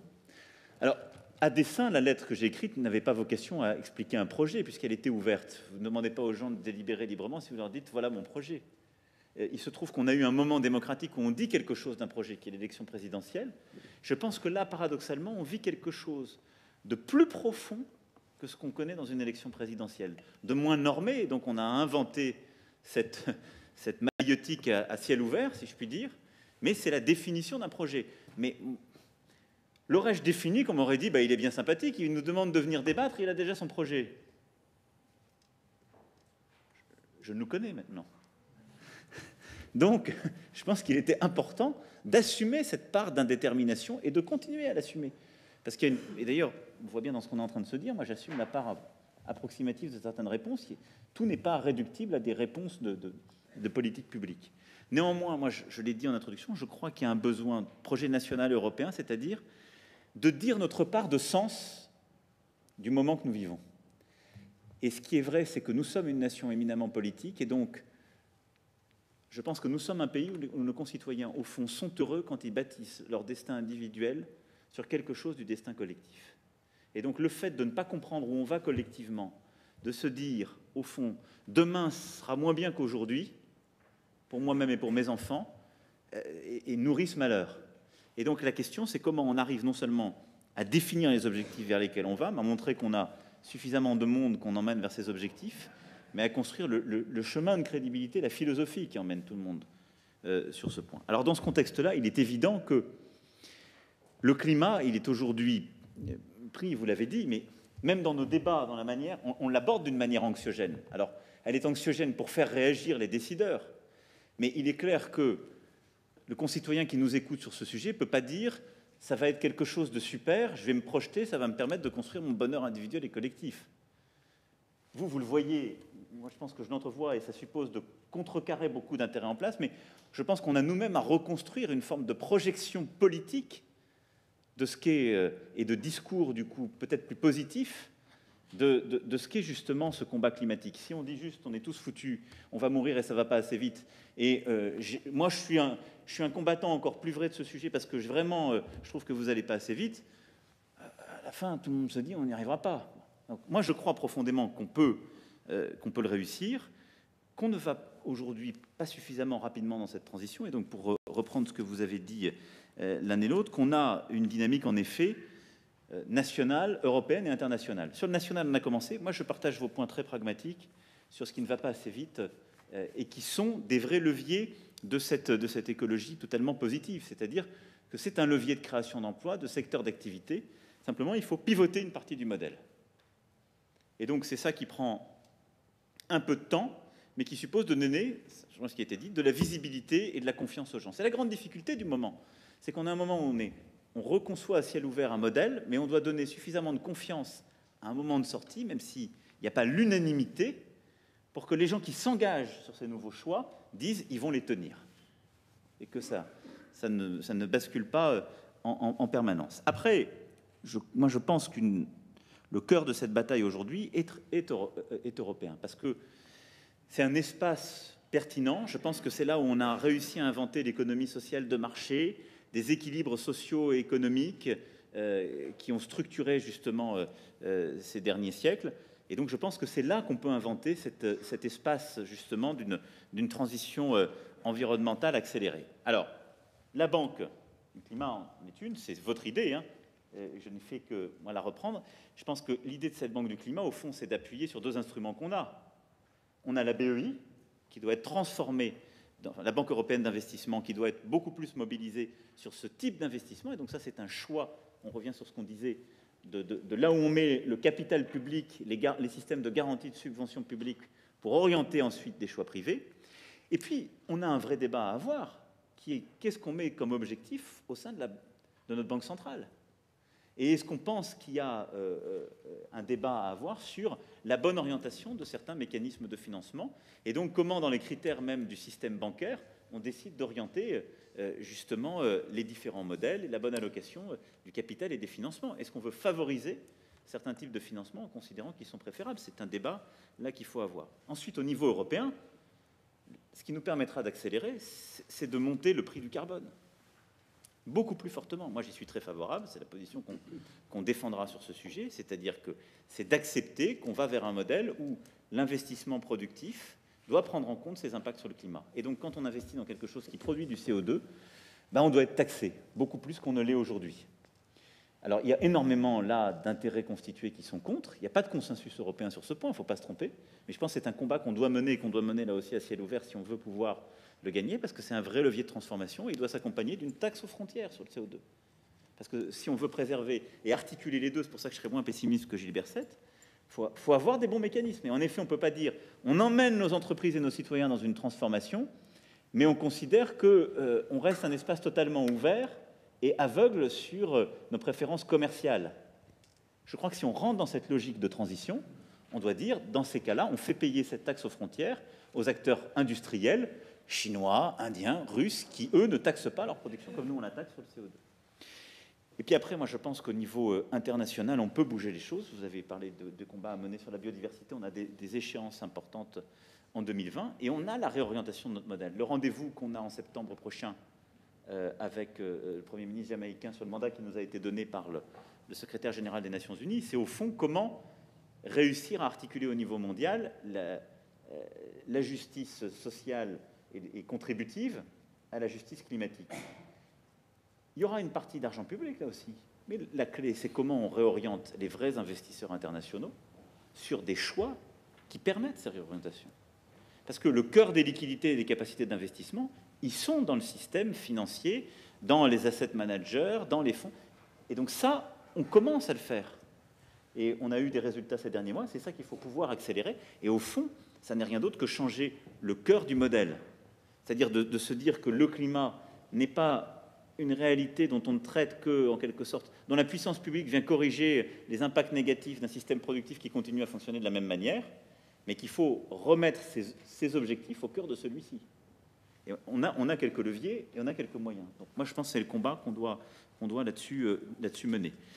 Mais ça ne répond que partiellement au sujet du projet collectif et du bien commun, qui est, à mon avis, au cœur de la redéfinition du projet national. Justement, on va avoir avec quelques philosophes qui sont présents ici, on va prendre quelques interventions sur ce thème. La place de l'homme, Perrine Simon-Naoum, vous êtes directrice de recherche au CNRS. Oui, merci Monsieur le Président pour cette invitation. Alors, c'est embêtant parce que vous avez pris une partie de mon discours, donc Guillaume Erner sera content, je serai beaucoup plus brève. Mon idée était de vous demander de réfléchir sur l'histoire. C'est-à-dire qu'effectivement, je suis d'accord avec vous, il me semble que l'histoire qu'on nous raconte depuis 30 ans, c'est une histoire dont on nous dépossède, c'est-à-dire c'est une histoire dont l'homme n'est plus acteur. La catastrophe va arriver. Et pendant longtemps, donc, quoi qu'on fasse, on disait finalement l'apocalypse est là. Que ce soit à droite ou à gauche, on ne pouvait rien faire pour changer à droite la destruction du modèle familial et de la société, le problème de l'immigration, à gauche la mondialisation et en fait l'explication de l'histoire par ce modèle d'économie qu'on ne pouvait jamais dépasser et puis l'Europe réunissant quand même, je dois dire que l'ensemble des deux camps, puisque l'Europe c'est l'impuissance de l'État gouverné par Bruxelles. Donc c'est vraiment la théorie du complot. Alors, je suis tout à fait d'accord avec vous, il faut réinventer le récit, et je dois dire que je serais un tout petit peu moins optimiste, mais je suis beaucoup moins spécialiste qu'eux, donc nos deux interlocuteurs précédents. Ce que j'ai entendu donc, dans les rues de Paris, dans la manifestation des jeunes pour le climat, n'était pas très encourageant, parce que d'une certaine façon, ils refusent le monde dans lequel nous sommes, c'est-à-dire qu'ils font la grève des classes, mais ils refusent d'entrer dans le monde dans lequel nous sommes. Alors la question qui se pose, c'est de savoir quoi faire, et vous l'avez dit, comment est-ce qu'on peut remettre l'homme au cœur de l'histoire? Et vous dites que les gens réclament du sens, mais je dirais que d'une certaine façon, ils réclament aussi de l'existence. Et je le dis en présence de Dominique Schnapper, parce que c'est aussi notre chance de pouvoir discuter avec de grands penseurs. Raymond Aron plaçait l'individu historique au point de croisement entre de la liberté et des déterminations, en expliquant qu'il a toujours le choix. Il a le choix d'agir en fonction des valeurs auxquelles il croit. Et donc, je pense que ce qu'il faut donner aux gens, ce n'est pas seulement du sens et ce n'est pas seulement un sens collectif, mais c'est aussi la possibilité pour eux de choisir. Or, il me semble qu'il y a quelques domaines, et l'environnement en fait partie, dans lesquels on voit maintenant émerger la possibilité d'un choix individuel. Mais ce sont aussi les domaines les plus paradoxaux. Et je pense, alors je parle aussi en présence du professeur René Friedman ou de Frédéric Worms, mais aux questions bioéthiques. Ce n'est pas pour rien que les questions bioéthiques et les questions de la vie se sont trouvées au centre de nos interrogations aujourd'hui. C'est parce que dans cette situation paradoxale dans laquelle se trouve par exemple l'individu en fin de vie, donc là où il est le plus vulnérable, il est en même temps le moment où il peut faire le choix de sa vie ou peut-être le choix de sa mort. Alors il me semble qu'il faudrait identifier un certain nombre de domaines dans lesquels on voit émerger la possibilité d'un choix. Vous l'avez dit, c'est l'environnement, c'est le travail, c'est la bioéthique, c'est la fin de vie. Et la dernière chose que je voudrais vous dire, c'est que là, les décideurs publics et les intellectuels ont à faire ensemble. Ils ont un combat commun. Ça suppose néanmoins que soit rétabli un certain nombre de choses qu'on a peut-être oubliées, l'importance du savoir, l'importance de la connaissance, l'importance du débat, l'importance des médiations. Et c'est là, me semble-t-il, que nous avons à relever nos manches ensemble. On va poursuivre avec un autre philosophe de l'École normale supérieure, Frédéric Worms. Merci, bonsoir. Merci de votre invitation, Monsieur le Président. Je voudrais revenir pour rejoindre en fait des choses qui viennent d'être dites de la situation où nous sommes ici ce soir, qui n'est quand même pas habituelle pour nous. Et au fond, finalement, nous sommes pris dans un contexte doublement inhabituel, avec des débats qui ont essaimé spontanément, hors de tout cadre, qui ont donné lieu à de la violence justement qu'il faut refuser, mais qui ont suscité aussi des questions. Et comme vous le disiez vous-même, il ne faut pas confondre les questions de fond et la violence qui a entouré ces débats hors de tout cadre. Et puis ce soir, face à la gravité de ce débat, nous sommes aussi dans un débat atypique finalement, puisqu'il est extrêmement rare et important, et ça signale la gravité du moment aussi que les intellectuels débattent à l'invitation et à l'invitation d'eux et avec le président de la République.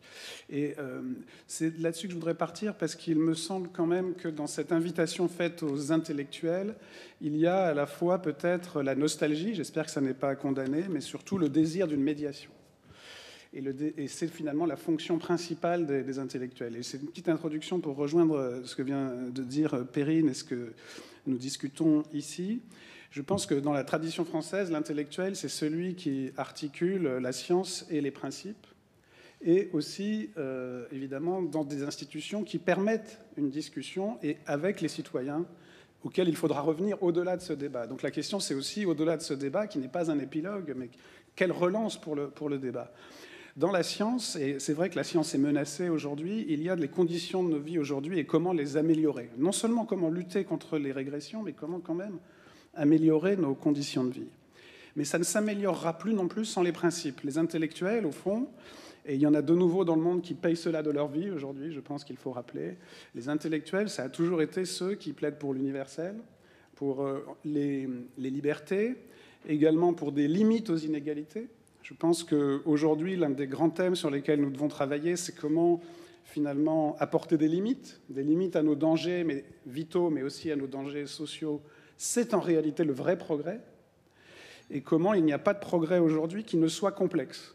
Comment faire progresser à la fois les conditions de vie et les conditions sociales, la fin de vie et la fin du mois, les inégalités, également les discriminations. On n'a pas encore parlé du rapport entre les hommes et les femmes. Ça me paraît fondamental aussi. Comment faire progresser, en effet, ces sujets? C'est vraiment le rôle des intellectuels qui l'ont toujours incarné. Et je crois que c'est vraiment important de penser à la fois la totalité, parfois les contradictions entre nos exigences. Et c'est le dernier point sur lequel je voudrais dire un tout petit mot. C'est que finalement, si vous nous invitez, c'est aussi parce qu'il y a une inquiétude sur les intellectuels et sur nos institutions intellectuelles. Quels sont les cadres où nous pouvons aujourd'hui, alors que la science s'est attaquée, alors que les intellectuels sont parfois... Les principes de justice que défendent les intellectuels sont également menacés. Comment est-ce qu'on peut faire pour renforcer les institutions qui permettent ce débat, qui permettent ce débat critique au niveau national et international? Et je crois que là, il faut véritablement insister sur les médiations. On ne peut pas... Entre les ronds-points et l'Élysée, il doit bien y avoir des institutions qui nous permettent de discuter. Et je ne parle pas de la violence, je parle juste de la parole publique, des institutions qui nous permettent de discuter. Je pense à l'école, à l'université, aux universités aussi en Europe. Comment faire pour que ces sujets soient pris en charge de manière critique, que la critique soit possible, sachant que le projet commun dont vous parlez, il est à mon avis possible, mais il est forcément complexe. Et je prendrai l'exemple de la bioéthique. Et Jean-François Delfrécy est ici, qui a animé un grand débat sur la bioéthique, qui a été exemplaire à bien des égards. Et je crois qu'il doit continuer. C'est qu'il y a des contradictions. On veut à la fois être soigné et être libre. Et parfois, la contradiction entre les deux, entre la vulnérabilité et la liberté, n'est pas simple.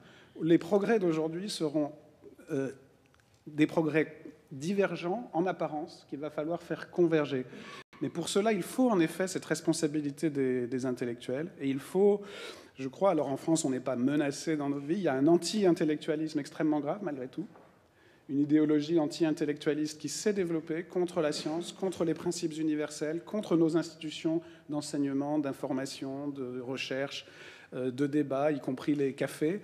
Comment est-ce qu'on fera pour travailler sur tout ça? Je crois vraiment que c'est en effet un modèle anthropologique, mais que toutes les inquiétudes, il faut les traiter toutes ensemble et dans la discussion critique. Et on n'est pas forcément d'accord entre nous, c'est ça qui est important, mais il ne faut pas discuter seulement entre nous. Je ne crois pas que vous nous avez convoqués pour un débat d'experts, mais pour ensuite rayonner dans le débat social qui doit continuer ensuite. Une dernière intervention, cette fois-ci d'un sociologue, Michel Viviorca, vous avez la parole.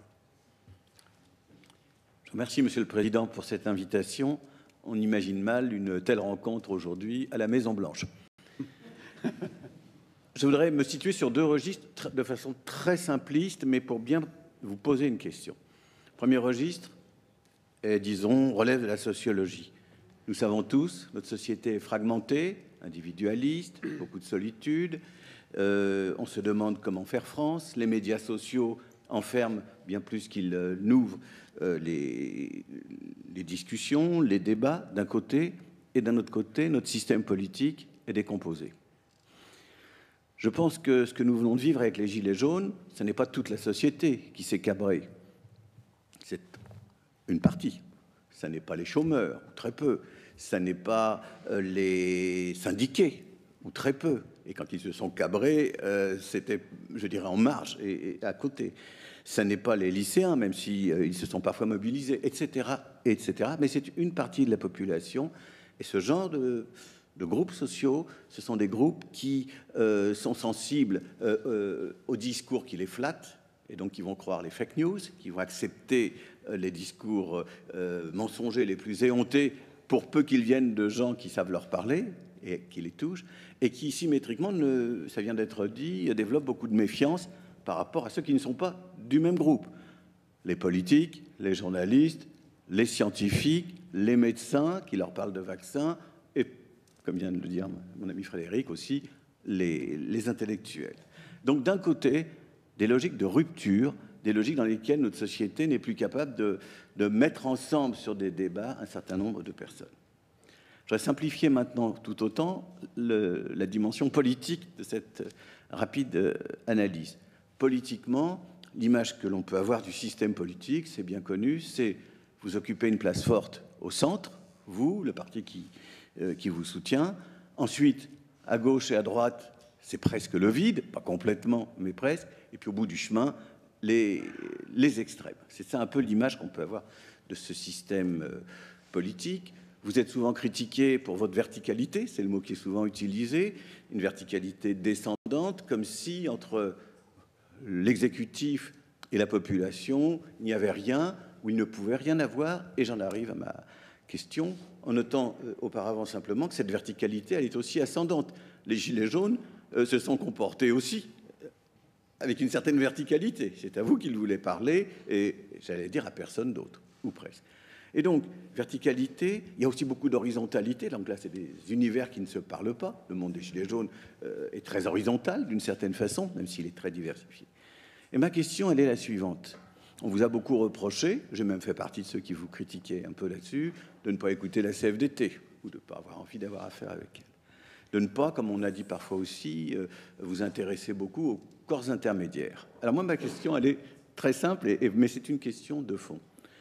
Est-ce que cette image que j'ai de votre positionnement, elle est le fruit simplement d'une analyse d'un héritage qui est celui-là? Tout était vermoulu, c'est un vieux monde, tous ces corps intermédiaires représentent des choses qui n'ont plus tellement leur place aujourd'hui. Il n'y a aucune raison d'essayer de revitaliser tous ces univers. Ou bien, ce qui vous rapprocherait parfois de ce que dans d'autres traditions intellectuelles on appelle aujourd'hui la démocratie illibérale, ou bien vous pensez que le seul modèle possible à terme, de façon durable, est un modèle dans lequel il faut un pouvoir exécutif fort, suivi par son Parlement, si je peux dire, et puis une capacité de dialogue direct avec la société, mais sans les médiations. Autrement dit, est-ce que vous êtes l'héritier d'une longue décomposition que tout le monde peut percevoir, ou est-ce que vous pensez que le modèle durable, politique, c'est des systèmes qui disparaissent, qui s'étiolent ou qui n'ont pas beaucoup à agir? Voilà, j'aimerais avoir votre vision de ces choses-là. Avant une réaction du président de la République, j'aimerais avoir l'intervention de Monique Cantos-Perper, philosophe également. Ces suggestions et propositions sont passionnantes, mais je crois, comme vous l'avez dit, Monsieur le Président, que le mal vient de plus loin, du moins en partie. Car ce à quoi nous assistons depuis plusieurs mois est l'expression désordonnée de revendications, de frustration, d'un sentiment de dépossession, parfois même de relégation, est quelque chose qu'on ne peut pas ignorer, indépendamment des manifestations de violence qui sont, elles, tout à fait inadmissibles. Mais par ailleurs, le grand débat national a montré une extraordinaire aspiration des Français à la participation politique. Et celle-ci ne se limite pas à émettre un avis, mais elle doit également donner aux citoyens la conviction que leurs perspectives, leurs points de vue, leurs conditions d'existence sont d'une certaine façon prises en compte. C'est une aspiration à laquelle on ne peut absolument pas ignorer aujourd'hui. Alors évidemment, le Parlement est le lieu naturel où la pluralité politique, la pluralité sociale doit s'exprimer, car le Parlement représente tous les Français et pas simplement les électeurs du parti majoritaire. Mais il est clair qu'aujourd'hui, ça ne suffit pas. Or, ce que je voudrais souligner, c'est que ce dont nous avons besoin en plus dans nos démocraties modernes, c'est-à-dire d'une véritable participation politique, d'un engagement des citoyens, n'est pas si facile à réaliser. C'est même d'une certaine façon un peu contradictoire, parce qu'un certain nombre d'évolutions caractéristiques du monde d'aujourd'hui ont fait que ce besoin de participation va à contre-courant de pratiques de gouvernement qui sont de plus en plus concentrées, pour un souci légitime d'ailleurs d'efficacité, et nul ne songerait à le reprocher à un gouvernement, et aussi un souci de lisibilité de l'action politique. Donc on a en quelque sorte deux tendances contradictoires, en tout cas à première vue incompatibles, entre une demande de participation politique de plus en plus forte et puis des pratiques gouvernementales. En France et dans d'autres pays, c'est une tendance générale qui semble aller dans une direction opposée. Je crois qu'il ne faut pas sous-estimer cette difficulté, parce que sinon les solutions que l'on propose risquent d'être peu praticables. Or, l'enjeu est de taille.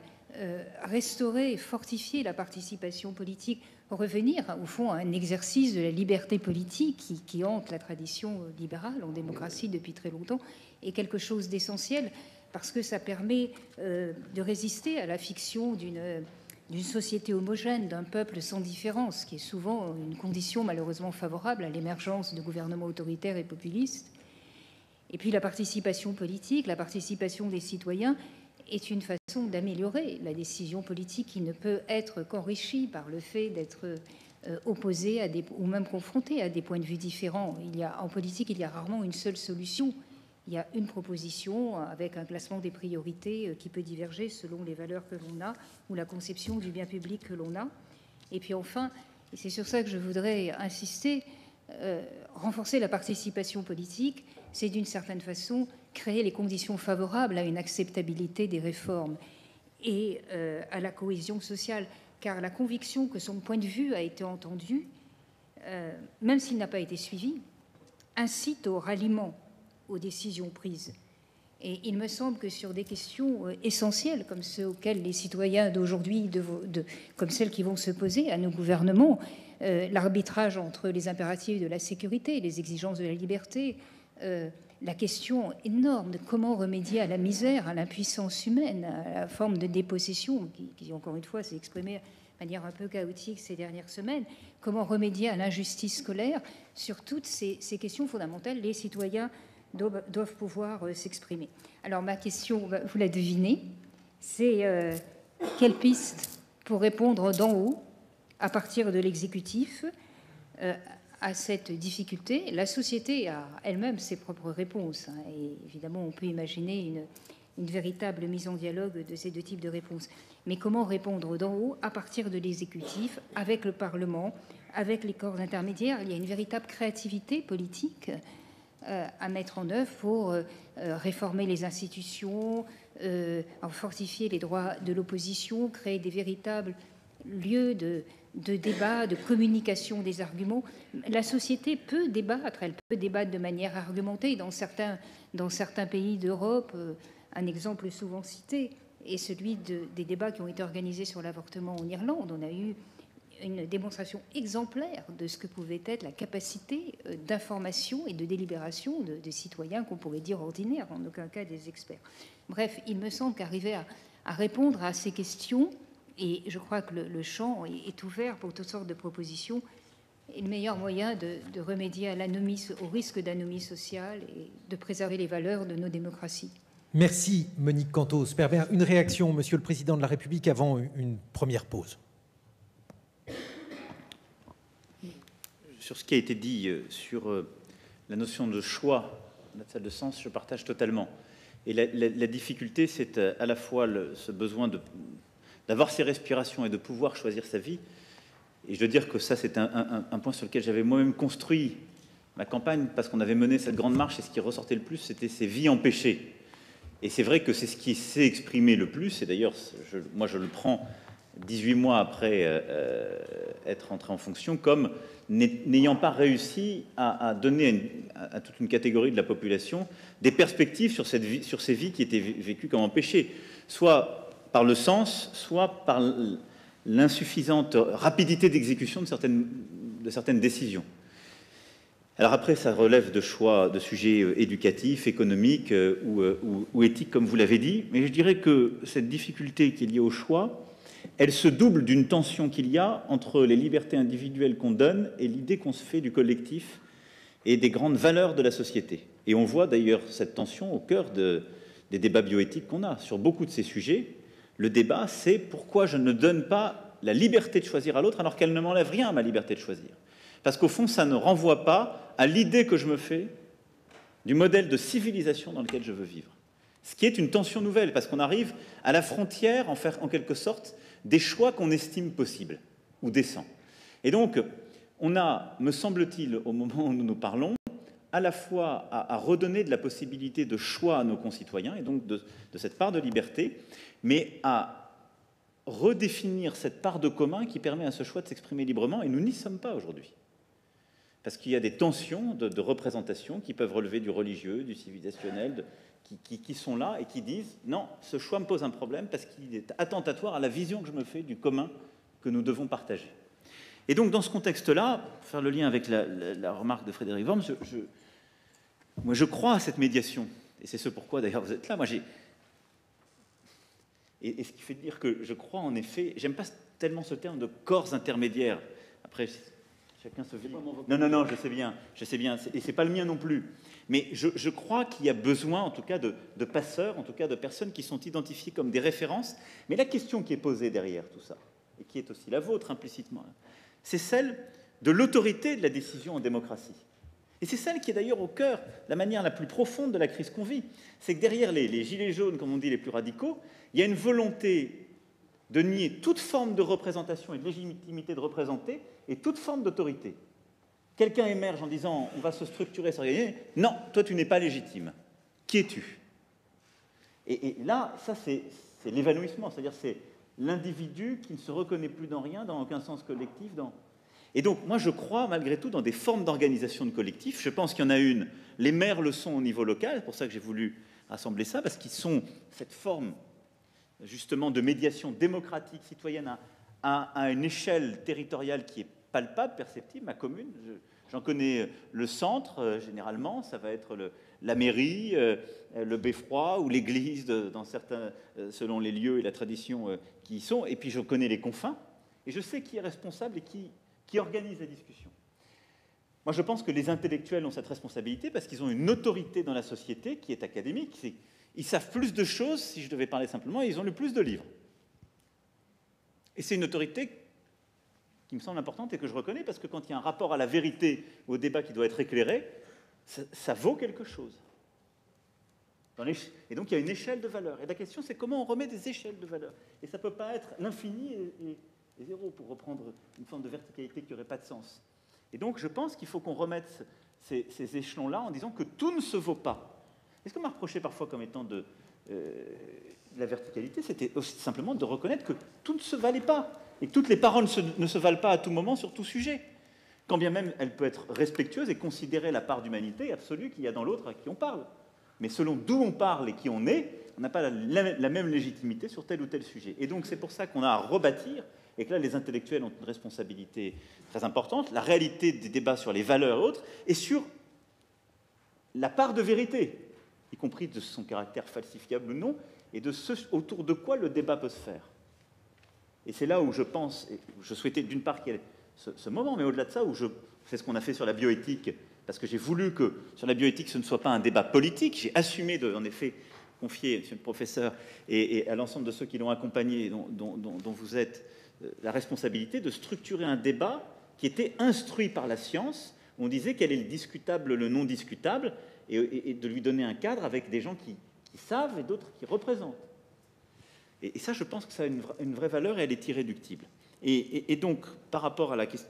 Donc, je crois en effet à cette forme de médiation et je pense qu'au-delà du moment qu'on vit, elle doit se poursuivre et reprendre le cœur de la cité et pas du tout dans des logiques instrumentales. Et c'est vrai qu'elles l'ont parfois été, dans des vraies logiques de controverse, mais avec des éléments de légitimité. Donc, par rapport à la question qui était posée par Michel Vivorca, ce qui a été beaucoup dit sur les corps intermédiaires, moi je pense qu'il y a une erreur d'analyse qui a été faite quand on m'a accusé de les marginaliser. Corps intermédiaires ou partis politiques, s'ils avaient été très structurés, très forts, je ne serais pas devant vous. Je suis le symptôme le plus avancé du fait qu'ils ne structuraient plus la société puisque la démocratie s'est exprimée en dehors de leur cadre. Donc, il y a quelque chose, de toute façon, qui dysfonctionnait, qui a fait que je suis là. C'est que ce qui était censé articuler, structurer le cadre politique, à un moment donné, était tellement en décalage avec la manière dont les gens le vivaient, qu'il y a pu avoir une émergence qui semblait impossible, complètement baroque, à tous les gens qui connaissaient le système. Ensuite, nous avons toujours eu une faiblesse du fait syndical en France, si on ne compare aux voisins. Et ça, c'est une constante, il faut essayer de comprendre pourquoi. On a un système politique qui s'est construit par l'État-nation, qui n'est pas l'émanation différencie en effet de l'Allemagne ou de plusieurs autres. Moi, je pense que les réformes qu'on a passées en début de quinquennat redonnent un pouvoir extrêmement fort aux organisations syndicales, parce qu'elles donnent la possibilité de faire la... au niveau de la société. Et donc, c'est un vrai défi qu'elles auront à faire vivre. Donc, moi, j'y crois. Mais je pense qu'on a besoin de ces médiations. Simplement, elles doivent se réinventer au vu des débats qui nous traversent. Et je pense que, c'est pour ça que, même par rapport à ce que disait tout à l'heure Dominique Méda, moi, je n'ai jamais dit que le modèle français était la cause de tous nos maux. Je pense que la rigidité de nos classifications, des approches qu'avait le système partidaire ou syndical à travers le temps et de la manière dont on avait structuré, n'avait pas bougé aussi vite que les problématiques, que ce que vivaient nos concitoyens et que les grandes transitions du monde. Et qu'à un moment, ce décalage... Et donc là, on a à rebâtir, en quelque sorte, pour reprendre cette terminologie, les bons corps intermédiaires qui correspondent à ces débats. Mais je pense absolument que la société, pour vivre, a besoin de ces médiations à la fois territoriales, d'intérêt et de rapport à la vérité. Absolument. Merci. Et donc, ça rejoint, pour finir, le point que faisait Monique quant au Sperber, c'est-à-dire qui touche aussi la question de la décision et de l'autorité en démocratie, parce qu'au fond, c'est ça la question qui est posée. Et aujourd'hui, c'est d'ailleurs une question qui est posée à toutes les démocraties occidentales. On a un modèle absolu qui répond par l'imprédictibilité de l'autorité, si je puis dire, outre-Atlantique. Et on a aujourd'hui une Europe où ce qui est plutôt en train de s'installer, c'est les dirigeants impuissantés. Le nombre de gouvernements minoritaires en Europe ne cesse de grandir et la capacité à bouger ou à prendre des décisions semble se rétrécir, alors même que partout dans le reste du monde émergent des régimes plus ou moins illibéraux, certains résolument illibéraux, d'autres qui y glissent, en tout cas des systèmes qui vont beaucoup plus vite, où la part d'autorité est installée. C'est un défi pour nous. La question, c'est comment nos démocraties européennes vont évoluer. Moi, je pense qu'on doit garder une part d'autorité de rapport à la décision, mais qui vaut pour toutes les échelles de la société, parce que quand on a la légitimité politique, il faut pouvoir prendre la décision qui va avec. Quand on a la légitimité intellectuelle, il faut pouvoir dire d'où on parle et dire des choses qui ne sont pas la même chose qu'un citoyen. Donc je crois à cela. Et je pense que si on pensait que ce serait une progression favorable de nos démocraties de tout niveler et de dire en quelque sorte la démocratie, c'est un débat permanent entre toutes paroles qui se valent sans décision, ce serait dramatique. Donc il faut remettre la capacité à décider et trancher. Il faut simplement reconstruire des processus de légitimation. Et au fond, ça revient avec ce sujet justement d'articulation. Je ne crois pas que ce soit le référendum permanent. Je pense que c'est la capacité à faire vivre, structurer de la délibération-décision, et donc à bâtir des formes de consensus démocratique qui ne sont pas simplement dans le temps de l'élection. C'est ça ce que nous sommes un peu en train de faire, en tout cas d'essayer de faire, et qu'il nous faut bâtir. Et donc ça n'est ni l'épuisement de toute la forme de démocratique et de décision dans la démocratie représentative, ni la démocratie directe permanente. C'est une forme de démocratie délibérative, mais qui suppose qu'à un moment donné où le consensus est estimé pris, on prend la décision. Et donc, qu'on ne peut pas s'arrêter à la tyrannie d'une irréductible minorité. Merci, Monsieur le Président de la République. On va marquer une première pause d'une dizaine de minutes. Hervé, bonsoir. Est-ce que vous m'entendez? Eh bien voilà, donc vous avez l'antenne à tout à l'heure, Hervé. Merci.